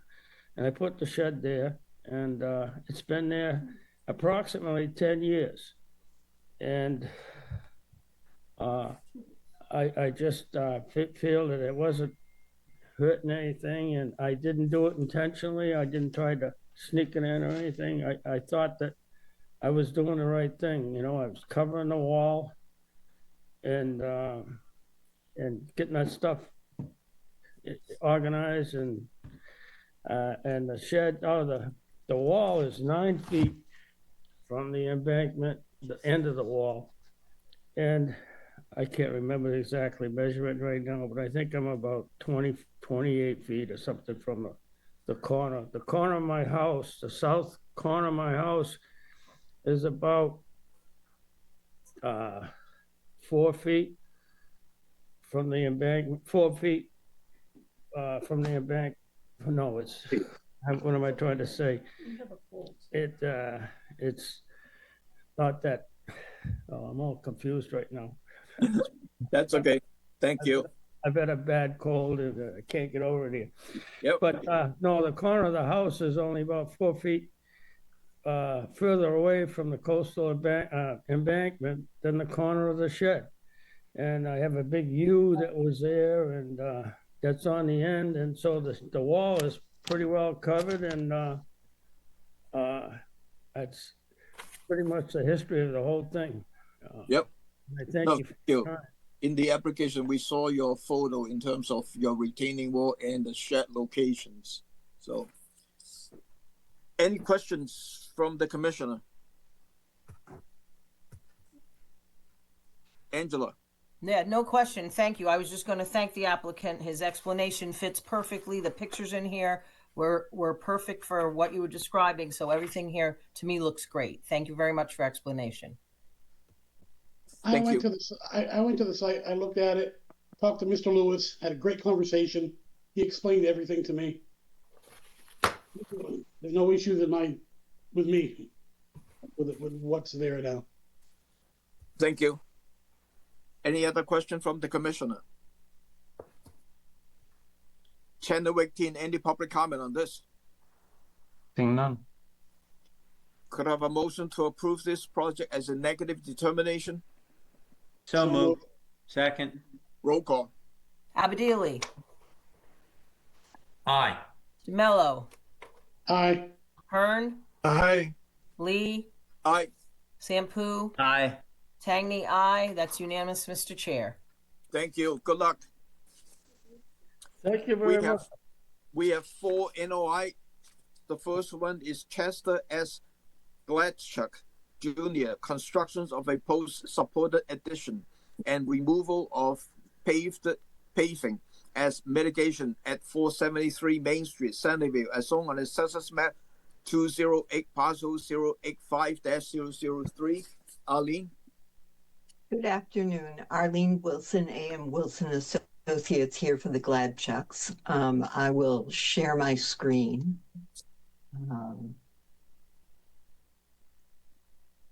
I think I'll share my screen. There we go. It's coming. So didn't hit it hard enough. I must be tired. So the Gladchucks house has existed at this site since the early 1980s. It's had a couple of administrative approvals to add some deck and close in a sunroom in this area. The site's kind of interesting in that it backs up to a small man-made pond and is in a park-like setting that theoretically was part of an Olmsted park. And Olmsted may actually have planned the landscaping in the old Calmus estate, of which this is part. There's quite a steep slope for anybody who ventured out there with the snow cover, and a very narrow BVW along the pond edge, pretty much consistent with the pond bank, all of which is just off the Gladchucks property in an area that's common land for the subdivision of the old Calmus estate. What's proposed is the construction of a post-supported addition to the house on the southeast corner. For those of you who have been out there, you know that the back of the house is quite high off grade already, and the addition is going to be consistent with that design. So it's posts with those Bigfoot supports underground, but the area around the post itself can continue to be planted, and it's not quite as big as the support area. So the addition in its biggest dimensions is 24 by 21. The access to that space is going to be essentially at grade, just a little bit landward of where there currently is a set of concrete stairs that get you down that slope into the backyard. The new hardscape is about 53 feet in the entry area where it's going to be essentially on the flat, and so will take up space currently where it's vegetated predominantly with a maintained garden and grass, and the post supports, which are about another 28 square feet. So there's a total of 81 square feet of new hardscape, all of which is landward of the 50-foot buffer. Because of the historic nature of the site, there actually used to be a road that ran underneath where the house is now, continued across the gap between the pond that's on this side and another small pond up gradient that went and serviced what is now the Regency nursing home. When the project was built, the only area of asphalt that got taken up was the area immediately under the house. The easements through which that right-of-way ran have all been given up, but the roadway was left there. So what we're proposing is to take out an equivalent amount of the asphalt to compensate for the new hardscape. Although we can't make it right to the pond edge because it's not on the Gladchuck property, it's as close as we can get it. The work will be done by hand. The contractor has said that the posts can all be installed by hand. Mr. Gladchuck's daughter and son-in-law live next door. He said he is going to strong arm his son-in-law to take out the existing asphalt by hand. It'll be removed from the site and the area will be replanted with a mixed fescue lawn to match what's there. No significant vegetation needs to be removed for this project. Again, for anybody who's been out there, you know that there are a number of very large old trees. They're really beautiful. None of those are going to be impacted with this project. And I'd be happy to answer any questions you might have. Thank you, Arlene. Two questions. Number one, the one that you were showing on the screen showing the pavement removal. In our application, in our drawing, the engineering drawing is not showing that piece. Or am I wrong? Or no, you're right. The mitigation was decided after the survey plan was done. We're happy to provide you with a revised plan that shows that. Okay. And then secondly, I think on the wetland delineations that you marked it that you delineated. Can you add a date on that? Sure. Wetland. Let's see. See, right now you have a label. What edge of the wetland delineated by A.M. Wilson Associate. Can you put the date on that? Sure. Okay. Thank you. Question from the commissioner, Bill. Yeah, you got a 250 square foot addition on piles, and it seems like what vegetation is under there is going to be deprived of rainwater, if you will, and going to be deprived of, I would think, a substantial amount of sunlight. It just seems like not. I feel like you're losing some vegetated lawn area, if you will, and putting in de facto hardscape. It is hardscape, and I feel like there's such a small amount of mitigation on, where the pavement is being pulled up. It's 90 square feet. It just seems like it should. It just seems like you should. I would think you would want to mitigate for the lost yard that's being covered up with a new addition of 250 square feet. The addition is very high off the ground. You can see the existing sunroom. The area is, or the grades will be very similar.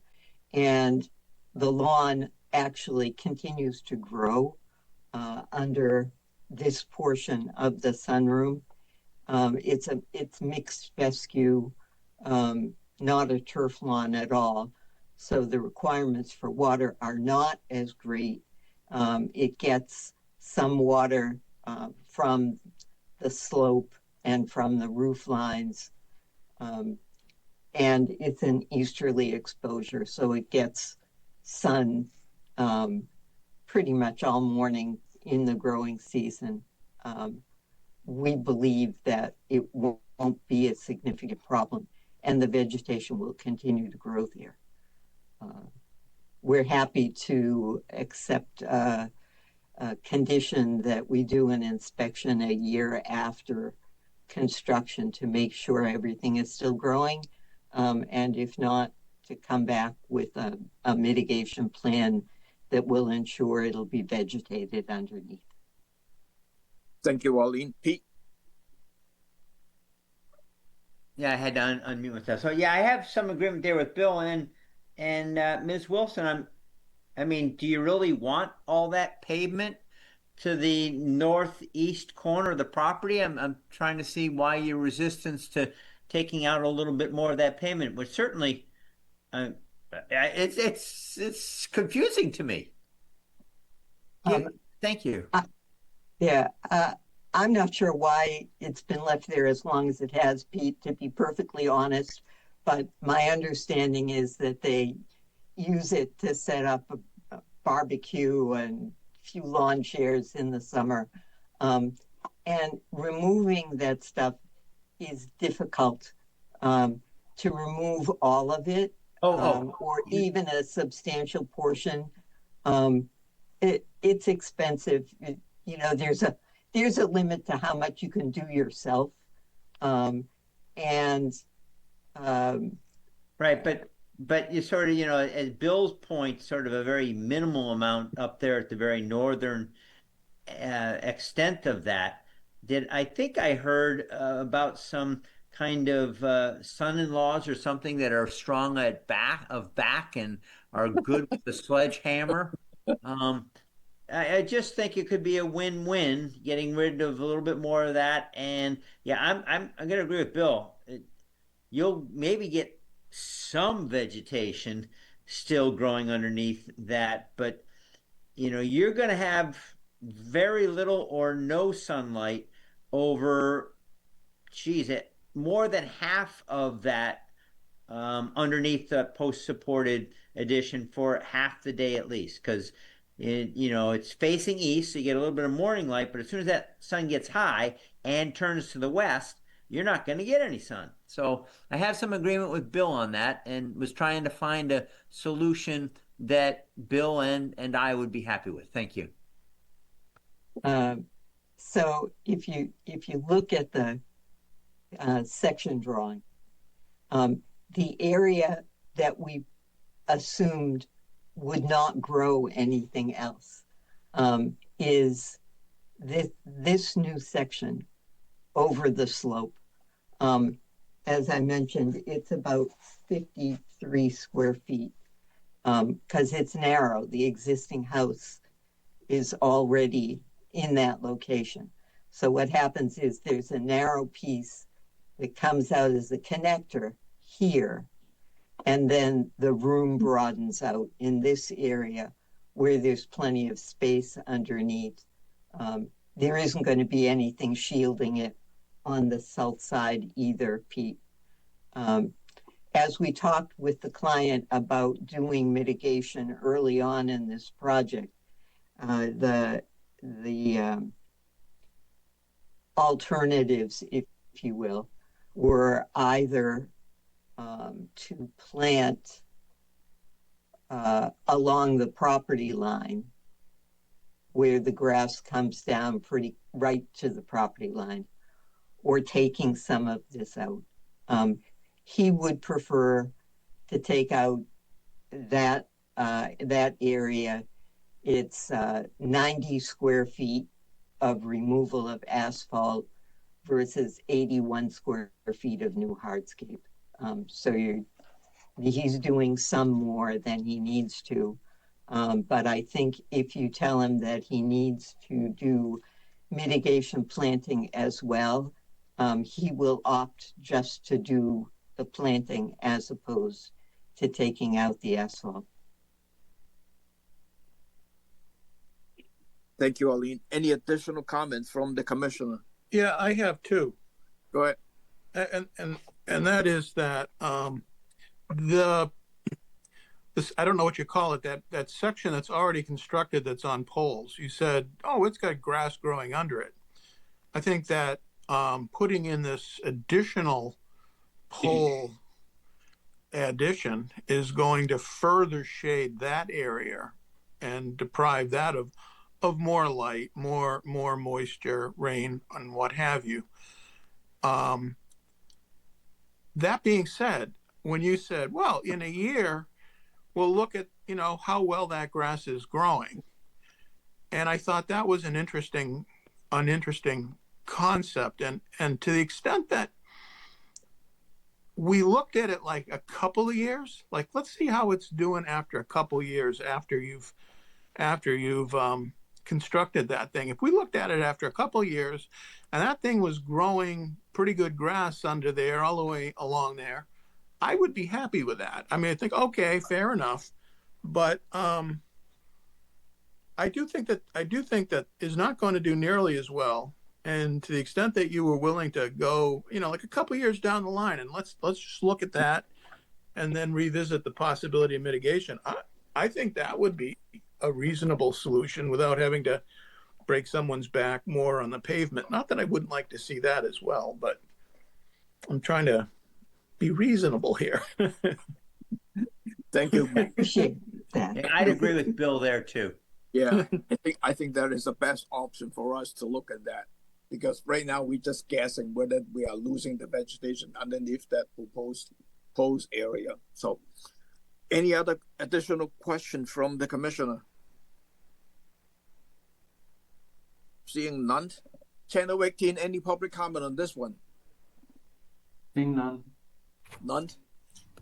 Could I have a motion to approve this project subject to receipt of a revised plan showing the proposed pave removal area, plus adding the date for the adding the dates to the wetland, edge of the wetland delineated by AM Associate with a date, and with the in 2 years we can look at the growing underneath that proposed area and then make a determination whether additional mitigation will be required or not. And that would be a special condition, right, Tom? Yes. So moved. Second. Roll call. Abadili. Aye. DeMello. Aye. Hearn. Aye. Lee. Aye. Sampu. Aye. And Tangney, aye. That's unanimous, Mr. Chair. Good luck. Thank you. Thank you. The second NOI of the afternoon is Edward and Nina Lutkeski to demolish the existing single-family dwelling and construct a single-family dwelling with all associated appurtenances at 129 Hayes Road, Centerville, as shown on the Assessors Map 210, parcel 095. John? Good afternoon, John O'Day from Sullivan Engineering Consulting, representing the applicant, who's also in the meeting room, along with attorney Paul Revere, who's also representing the family. I will bring up the plan for you. This property is about 1/3 of an acre on Hayes Road, abutting Lake Wequaquet. It's developed with a single-family house that was built in the 60s. One thing that we did mention and provide in our narrative that I do just want to show you is that when this parcel was created, the land court plan that made the property had the property lines and the distances to the lake. The property was about 50 feet more land into the water. So I've kind of roughly connected the ends of those property lines to give an idea on how much of that land is not there anymore. Our resources is obviously the edge of Lake Wequaquet. Our project as proposed is to demolish the existing single-family dwelling. We're going to rebuild it on its existing footprint. There's a small addition on the landward side of the house that is about 77 square feet of additional house, again, on the landward side. On the pondward side of the house, there's an existing permitted retaining wall along the lake edge, an existing patio along that. That is going to be removed. We're going to have a deck back attached to the house. So between the house and the pond, being that closest area to the resource, this project is a reduction of hardscape of about 45 square feet. There is some additional deck proposed to the side of the house. And so overall, this project would represent about 107 additional square feet of hardscape within the buffer zone. We have come up with a mitigation areas as shown on this plan. Other things to note about this property: the existing house is serviced by a tight tank, which will remain for this dwelling until sewer rises, so we don't have any septic flow from this property. We have called for dry wells for our roof runoff, etc. We have a limit of work proposed.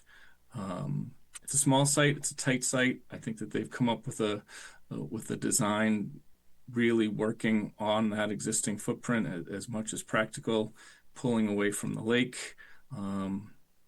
We're here and would be happy to answer any questions you might have about the project. Thank you, John. Any question from the commissioner?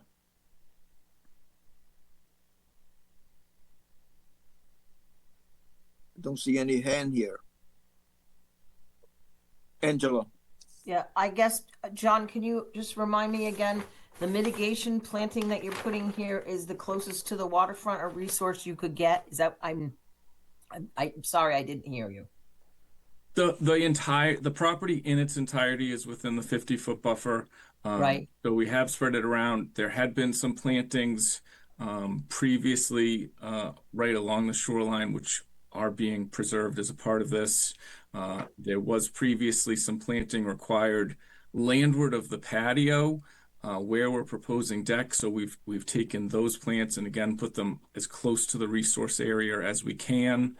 And then that additional, hardscape that's to the side of the house, we've spread that mitigation on the sides of the property. We are trying to maintain some extent of lawn to the side, but No, I understand. It's hard to see now with the way the snow and the lawn is, that where the top of the wall was. I didn't understand if there could be more mitigation actually on the lake side, but it's really hard to talk about it because you can't really see it. You know what I mean?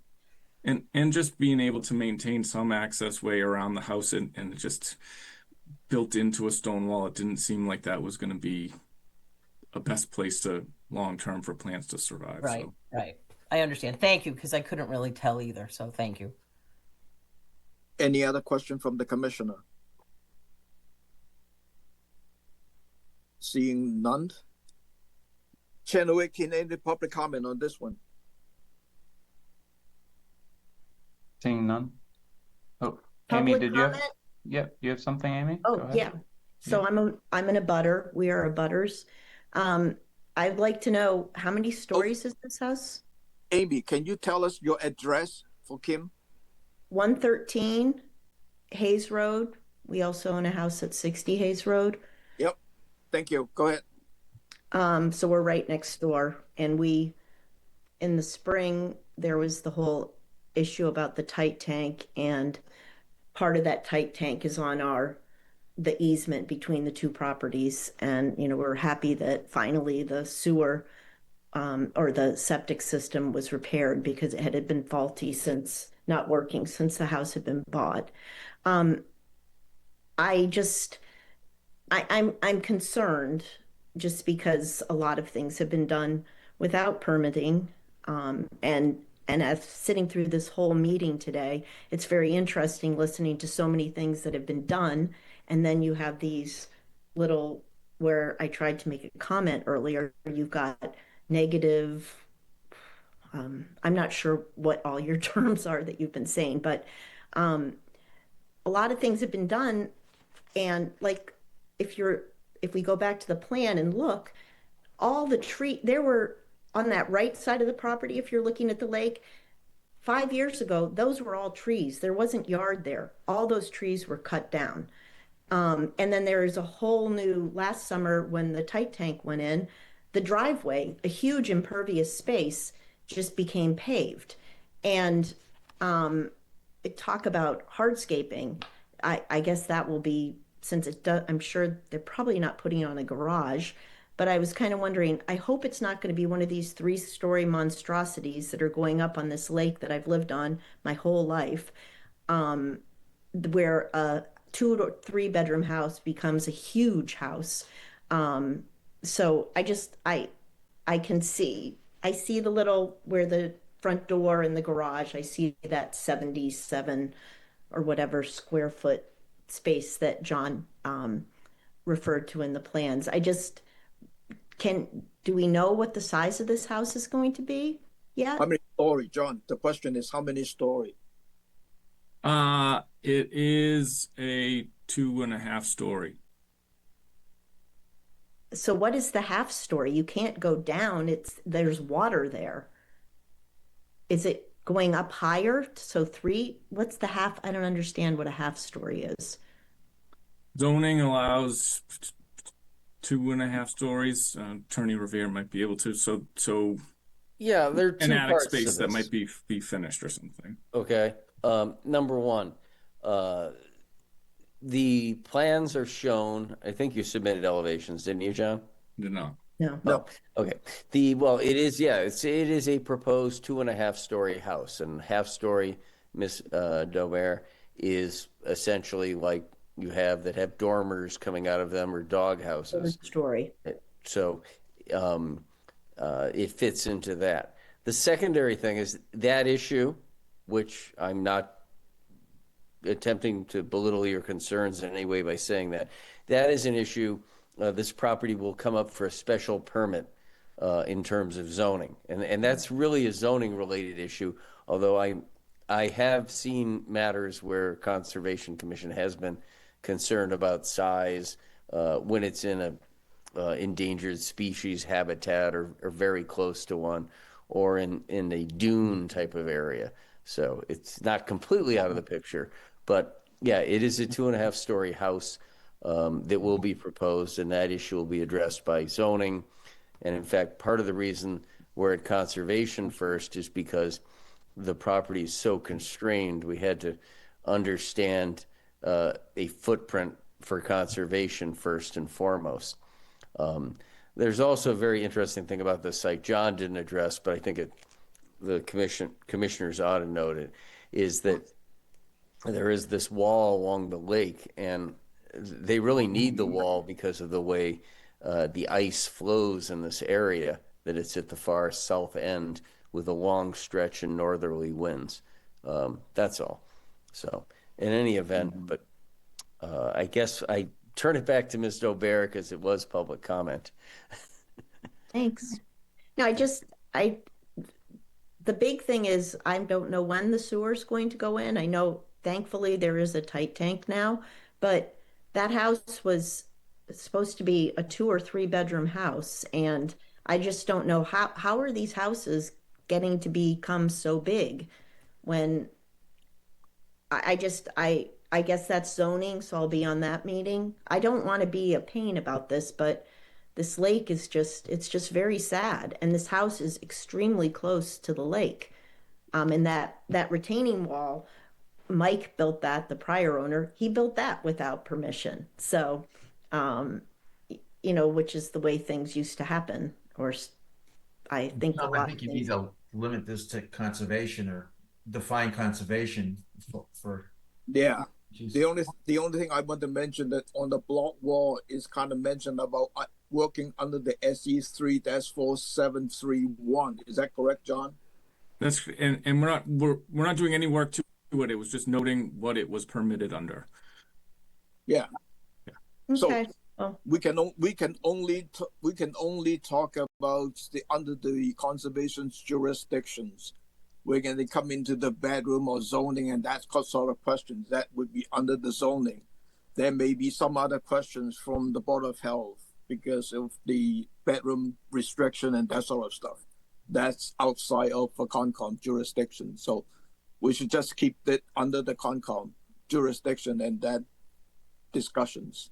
Well, we've done some nice buffer work in between the two houses. I'd started it, and then Lana and Edward added more stuff after the tight tank kind of went in. So that's been nice. Just and more native plantings or more Cape Cod type plantings, which has been great. So yep. Thank you, Amy. Ed. Thank you, Mr. Chairman. I just going back to the mitigation plantings. The only thing I have, and I don't see the purpose of putting proposed mitigation along the side of the house. You've got 421 square feet of mitigation proposed at the southwest side of southwest corner of the house along that edge. And I don't think that's really appropriate. I think you could probably put that over, if you moved it over to the northeast side of the property. You could still fit that in, still gives a little room for grass and lawn area. They are removing the flagstone patio right next to the wall, adjacent to the wall, but that is going back to lawn, and I understand why they want the lawn right there. But I think it would be more appropriate to have the proposed mitigation moved from the side of the house to the area essentially where the work limit line is now, and moving that work limit line behind that additional mitigation area. Just on that point, go ahead. And as the neighbor pointed out, they have sort of created this nice natural buffer in between the properties. I think there's like 20 something cedar trees planted along this strip now. So, I do think that adding a shrub layer to that along the side, that 420 square feet is including both of these two areas. So, if it's the using native plants as foundation plantings, that's the concern. I think that we could, maybe do more on this side, or some of them there and some of them there. But we would like to keep and adding so to this buffer on that side. that makes sense. I didn't see that second arrow, John, but I still think the area, if you're calling that the plantings that are right along the foundation as mitigation, foundation plantings should not be considered as mitigation. That's ornamental, really. So even if you just transfer that section that's immediately along the foundation planting, that's what I was really referring to, that portion of it. I don't have an issue with I like the thick that thick boundary between the two properties. It's just that one, basically the foundation plantings then that So that need we to could be work with them to present redistributed. Yeah, just to modify the mitigation planting next to the house there to the both sides as you marked it on the plan before. I'm sure we can do that. Pete? Yes, thank you. So something that Ms. Daubert mentioned, and Ed or someone just confirm that if there were a number of tall trees to the east of the dwelling, the existing dwelling, that it was not an enforcement problem, or I mean,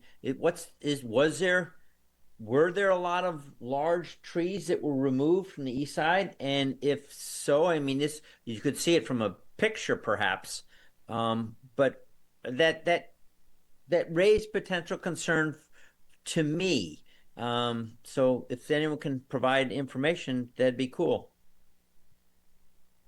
There was an enforcement order shortly after they purchased the property. I know there was like a spa somewhere in the hot tub or something in the back corner.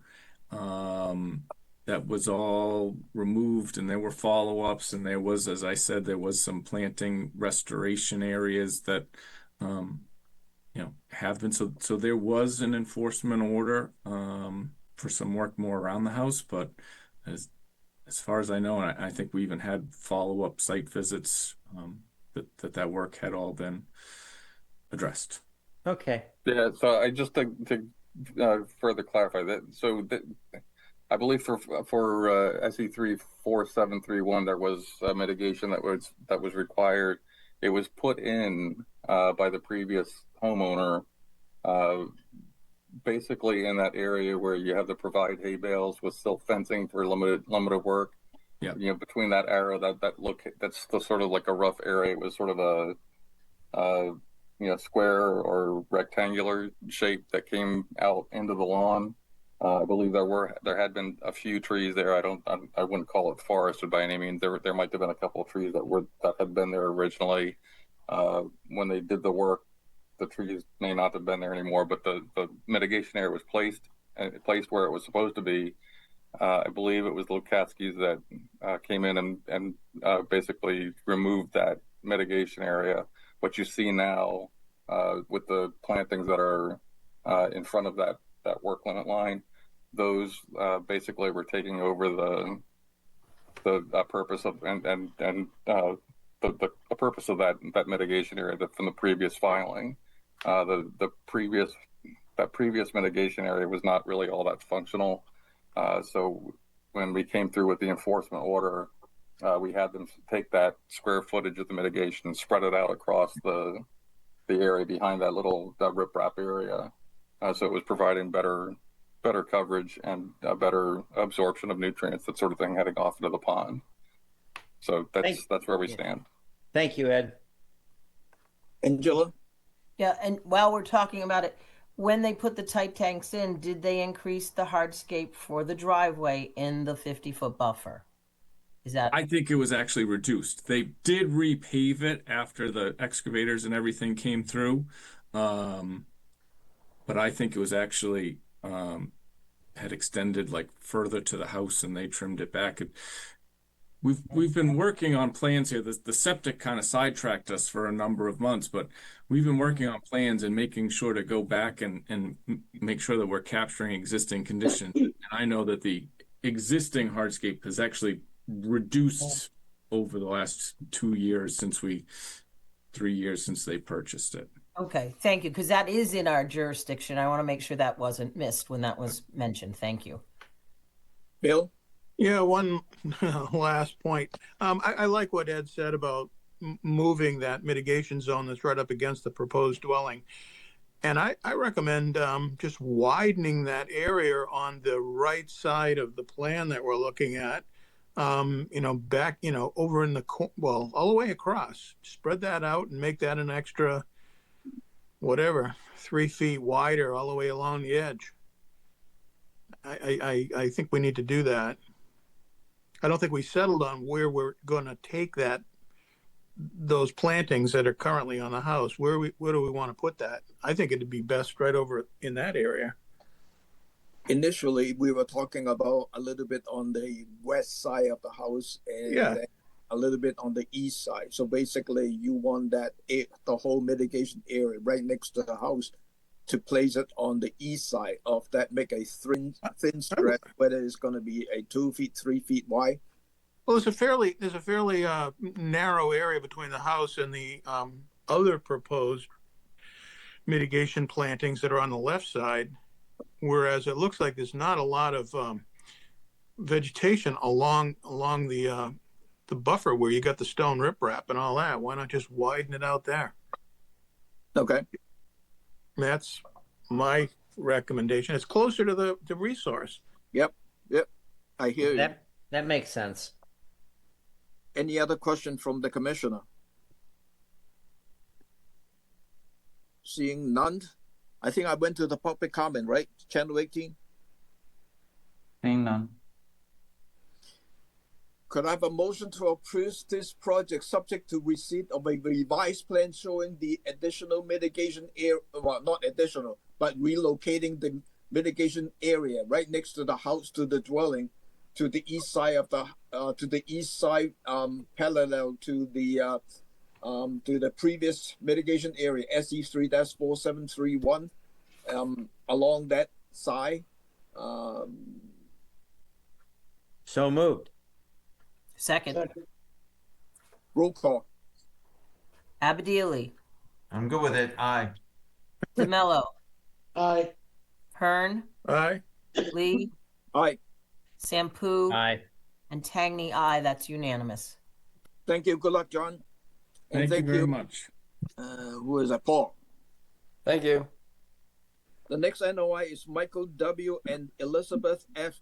Fish, trustees, to demolish the existing single-family dwelling and construct a new single-family dwelling with all associated and purposes, including spa, and to replace the existing beach stairs at 543 and 545 Seaview Avenue, Osterville, as shown in the Assessors Map 114, Parcel 047-001 and 047-002. John.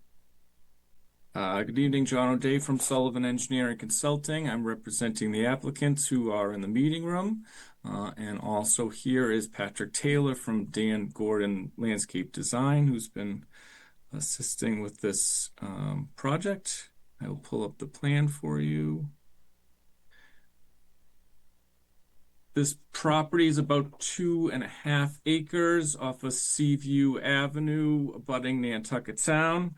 We have an existing dwelling that was built in the 40s. The project is to demolish that and construct a new dwelling with associated appurtenances. The proposed house footprint is being pulled further. We have there's nothing existing in the 50-foot buffer. We're pulling the proposed house about 15 feet further back. There is a proposed deck on the landward side or seaward side of that. That's also being pulled landward from existing conditions of patio, etc. There is a little bit of a spa on the east side that's just clipping the 100-foot buffer. In total, we have about 383 square feet of additional hardscape on the buffer zone on this property. We have provided the required mitigation along the sound face of the property. We are also, in addition to that mitigation, proposing to do some restoration along the sidelines where there's existing sort of stand of invasive and non-native plants, where we're going to restore that with native plantings and also restore some of that area on the east side of the property as well. There's an existing set of stairs that lead to the beach, which are permitted, which we're proposing to replace in kind. We have a limit of work established along the 50-foot buffer, giving more than enough room to accomplish this project. We're going to take care of all of our runoff. I'd be happy to answer any questions that you might have. Thank you, John. Any questions for John, Bill? Yeah, you cite in the narrative, and as you did just now, you talk about moving landward, and this is quite a development. This house is going to very substantially expand. It's going to be a much bigger property, and at the end of the day, even though the house is technically moving landward, you've got a proposed porch, you got a proposed patio, and at the end of the day, you end up having more hardscape that needs to be mitigated. Where the mitigation is like over on the right side, on the, I don't know, the east side, you've got 560 square feet of native restoration. I don't know and so that's not totally separate from our mitigation calculations. The mitigation is being done entirely along that seaward face. And as so that's not mitigation. That's we have not included, we have met our mitigation calculations solely by the lawn removal along the seaward face. Okay. And in addition, we're proposing, we have this kind of clump of non-native stuff here right now that we're going to restore that. I'm going to take some of that area and put it on the right side too with native plantings. So we're on the right side. What is the condition of is that just yard that's there? Right now it's all lawn, all the way to all lawn. There's a fence, yes. And it says, over on the left side, it says invasive screening to be removed. And then it says invasive screening or non-native to be restored. What does that mean? Does that mean that you're going to put a bunch of bittersweet in there? Or? No, we're gonna remove the invasives here, and we're gonna put back native plantings that were all on a mitigation plan, which I can scroll through as well. And then this area, instead of putting all of the plantings back on one side, that 560 square feet is that same exact square footage that we're going to restore on the other side. Okay, but the lower thing that talks about invasive screening to be restored, I'm like going, with native plantings. Okay. Clarify that. Okay. Thank you. Yes. Thank you. Any other questions from the commissioner? None? Channel 18, any public comment on this one? Seeing none. Could I have a motion to approve this project as submitted? So moved. Second. Roll call. Abadili. Aye. DeMello. Aye. Hearn. Aye. Lee. Aye. Sampu. Aye. And Tangney, aye. That's 6. Thank you. Thank you. Good luck, John. The next one is Sandra L. Goldstein Davis, trustee, Sandra L. Goldstein, trustee, Family Trust, to construct a pool and patio at 211 Scudder Lane, Barnstable, as shown on Assessors Map 259, parcel 008. John? John O'Day from Sullivan Engineering Consulting.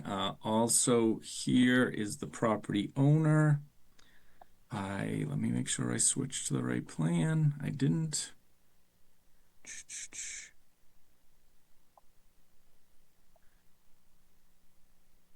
This property is over on Scudder's Lane, abutting Barnstable Harbor. We're about 1.8 acres. An existing house that was built in the 80s and then renovated around 2015. Our resource, or most landward resource, is a coastal bank. We're proposing to do a pool and patio area. Excuse my button. The pool is 91 feet from the coastal bank at its closest point. We have done the mitigation calculations. There's a very little area of existing lawn within the 50-foot buffer. So we are going to restore that 50-foot buffer in its entirety. Along the edge of that existing lawn, there's a hedge of burning bush, which we're proposing to replace with native plantings as well, just to kind of create a better buffer edge. We have a limit of work proposed. We are all working entirely within an existing area of lawn, certainly far enough away from the bank to not have concerns about any impact on its stability. I'd be happy to answer any questions. Thank you, John. John. Yeah, thank you, Tim. John, I just want to clarify, the proposal would result with the mitigation in a fully undisturbed 50. Is that correct? That is correct. Okay, thank you. That makes a difference. Thank you. Any other questions from the commissioner? Seeing none. Channel 18, any public comment on this one? Seeing none. None. Could I have a motion to approve this project as submitted? So moved. Second. Roll call. Abadili. Aye. DeMello. Aye. Hearn. Aye. Lee. Aye. Sampu. Aye. And Tangney. Aye. That's unanimous. Thank you. Good luck, John. Again. Have a nice night. Thank you. Night. We have 3 continuances. The first one is Shell Keys. Proposed lawn removal, invasive species management, and mitigation planting for after the fact above ground pool, constructions of additions, patio, and fire pit at 128 St. Francis Circle, Hyannis, as shown on the census map 291 parcel 228. This is a continuance from January the 20th. And the quorum is every commissioner tonight. And we have received a revised planting plan. I think it's dated February the 3rd. Jen? Yes, thank you. For the record, Jen Crawford, Crawford Land Management, here representing the Cays this evening. Through the chair, may I share my screen? Yes, please.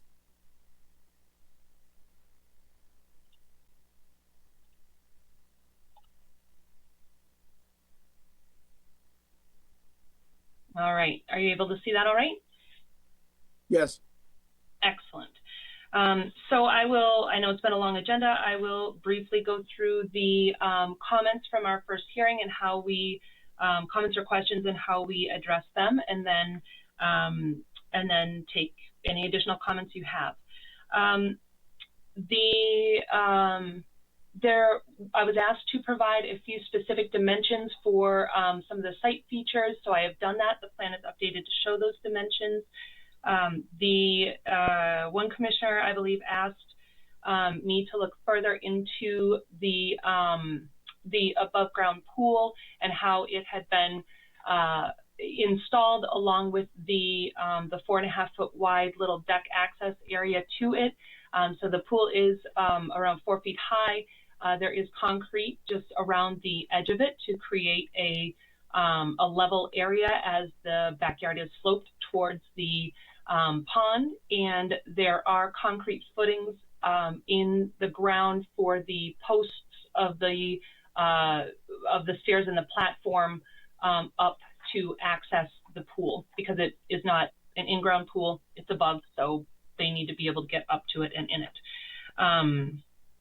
So I was asked to look into that. I have. That is what I found out. One commissioner asked about the feasibility of moving the pool. I did discuss this with the family that lives there, and again, one of the one of the things that's very, very important to this family is safety and security for the, specifically the younger child that lives in this multi-generational household. Really, in order to move these site features, the entire area would need to be dug up, and that seems kind of silly considering the only place where this feature could possibly go that would still be visible would be about, I don't know, 5-10 feet closer to the house anyway. And so we felt that this option really doesn't result in anything that is meaningful in the end. So that was the answer to that specific question. And the house, as you can see, the house does back up right to that 50-foot buffer. The house was built in 1961, so clearly that was before any of these things were in place. Another commissioner, or I think a couple of you, asked for more information on the family itself and on the specific needs of the youngest child. And so I hadn't offered a lot of details in the first hearing because I wanted to be very respectful of this family and this child and their privacy. But after speaking with the child's father and grandmother, they were fine with me sharing more details about his health. And so the youngest child is 7 years old. He is diagnosed with both cerebral palsy and autism. Essentially, these conditions for him mean that effectively his current stage of development is that of around a 4-year-old child. The cerebral palsy affects his lower extremities. So in this case, the pool does serve a physical therapy function for this family in the summer months. As a child with autism, it is also very important for his a regular routine for this specific child is a very important facet of his everyday life. And one of the things that the pool does serve for this family, it's difficult for this child to be brought to a beach with his physical conditions and autism, and it's also difficult for a child of this nature to be brought to public pools and places where there is often a lot of activity, a lot of noise, and as routine is very important for him. So you asked for more information, and the family was comfortable with me sharing all of that information with you. The last comment, we discussed or talked a lot about the feasibility of removing more lawn to widen the buffer to the pond area. And so we have done that. We have a little over doubled the original lawn removal mitigation area as requested. So the plan reflects that, in addition to adding more shrubs in that area. And we've also added 2 red maple trees to further enhance that vegetated buffer to the pond area. And I think that covers everything that we discussed in the in our first hearing. So I am happy to address other questions and comments you may have. Thank you. I think you answered a lot of the questions from the commissioner in the previous hearings. Angela. Yeah, I agree. I don't have any questions. I want to thank you, Jenny, and the family, the applicant, for addressing. I was the commissioner who really wanted to square off that mitigation plantings, and you did a great job coming back with a revised plan that I understand and I'm very happy with. I have no problem with not moving the pool or any of that. The resource is now more protected, and the family can enjoy the property and the land as I see it. So I have no problems moving forward with this revised plan as you guys have put before us. Thank you again, and thank the family. Thank you. Thank you. John? Yeah, I want to sort of echo Angela. In all the years that I've been on the commission, we have in many cases recognized individual needs of the homeowner. In this case, Jen, you certainly drove home to me the needs of this particular applicant. So I would wholeheartedly vote in favor of this plan. Thank you. Thank you, John. Any other question from the commissioner?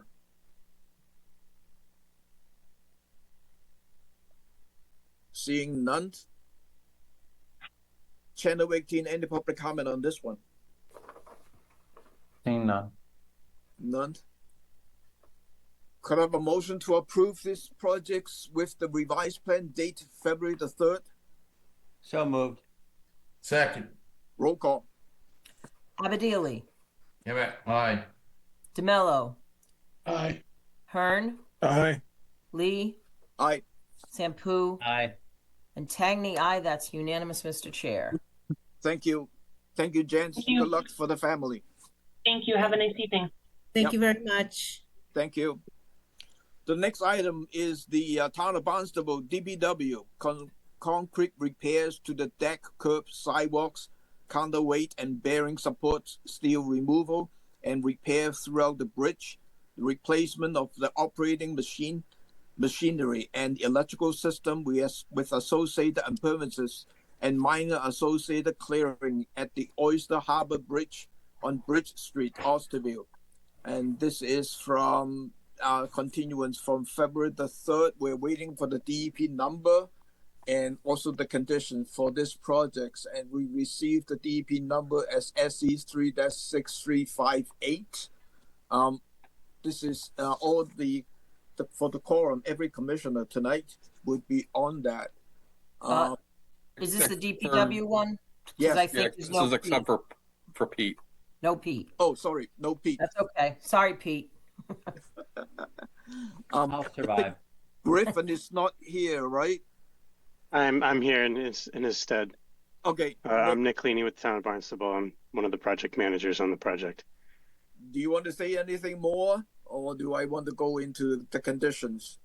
The only thing I would have to add on is the fact that we met with the consultant last week, or the contractor last Thursday, and they are currently working on the preventative measures plan, which I believe is going to be part of one of the conditions that you guys are talking about. So after we met with you all at the last meeting, we did push that forward with them to make that a request that they do that before full-time mobilization. And as I mentioned at the last meeting, Tom, I want to make sure that condition is in there and that requires staff approval. Without staff approval, it has to come back to the commission. Yeah. So let me mention about that condition is we would require a construction protocol to be prepared by the contractor, especially for the installation of the letting material beneath the bridge to contain any debris from the repair. It should be submitted to the conservation's administrator for review and approval.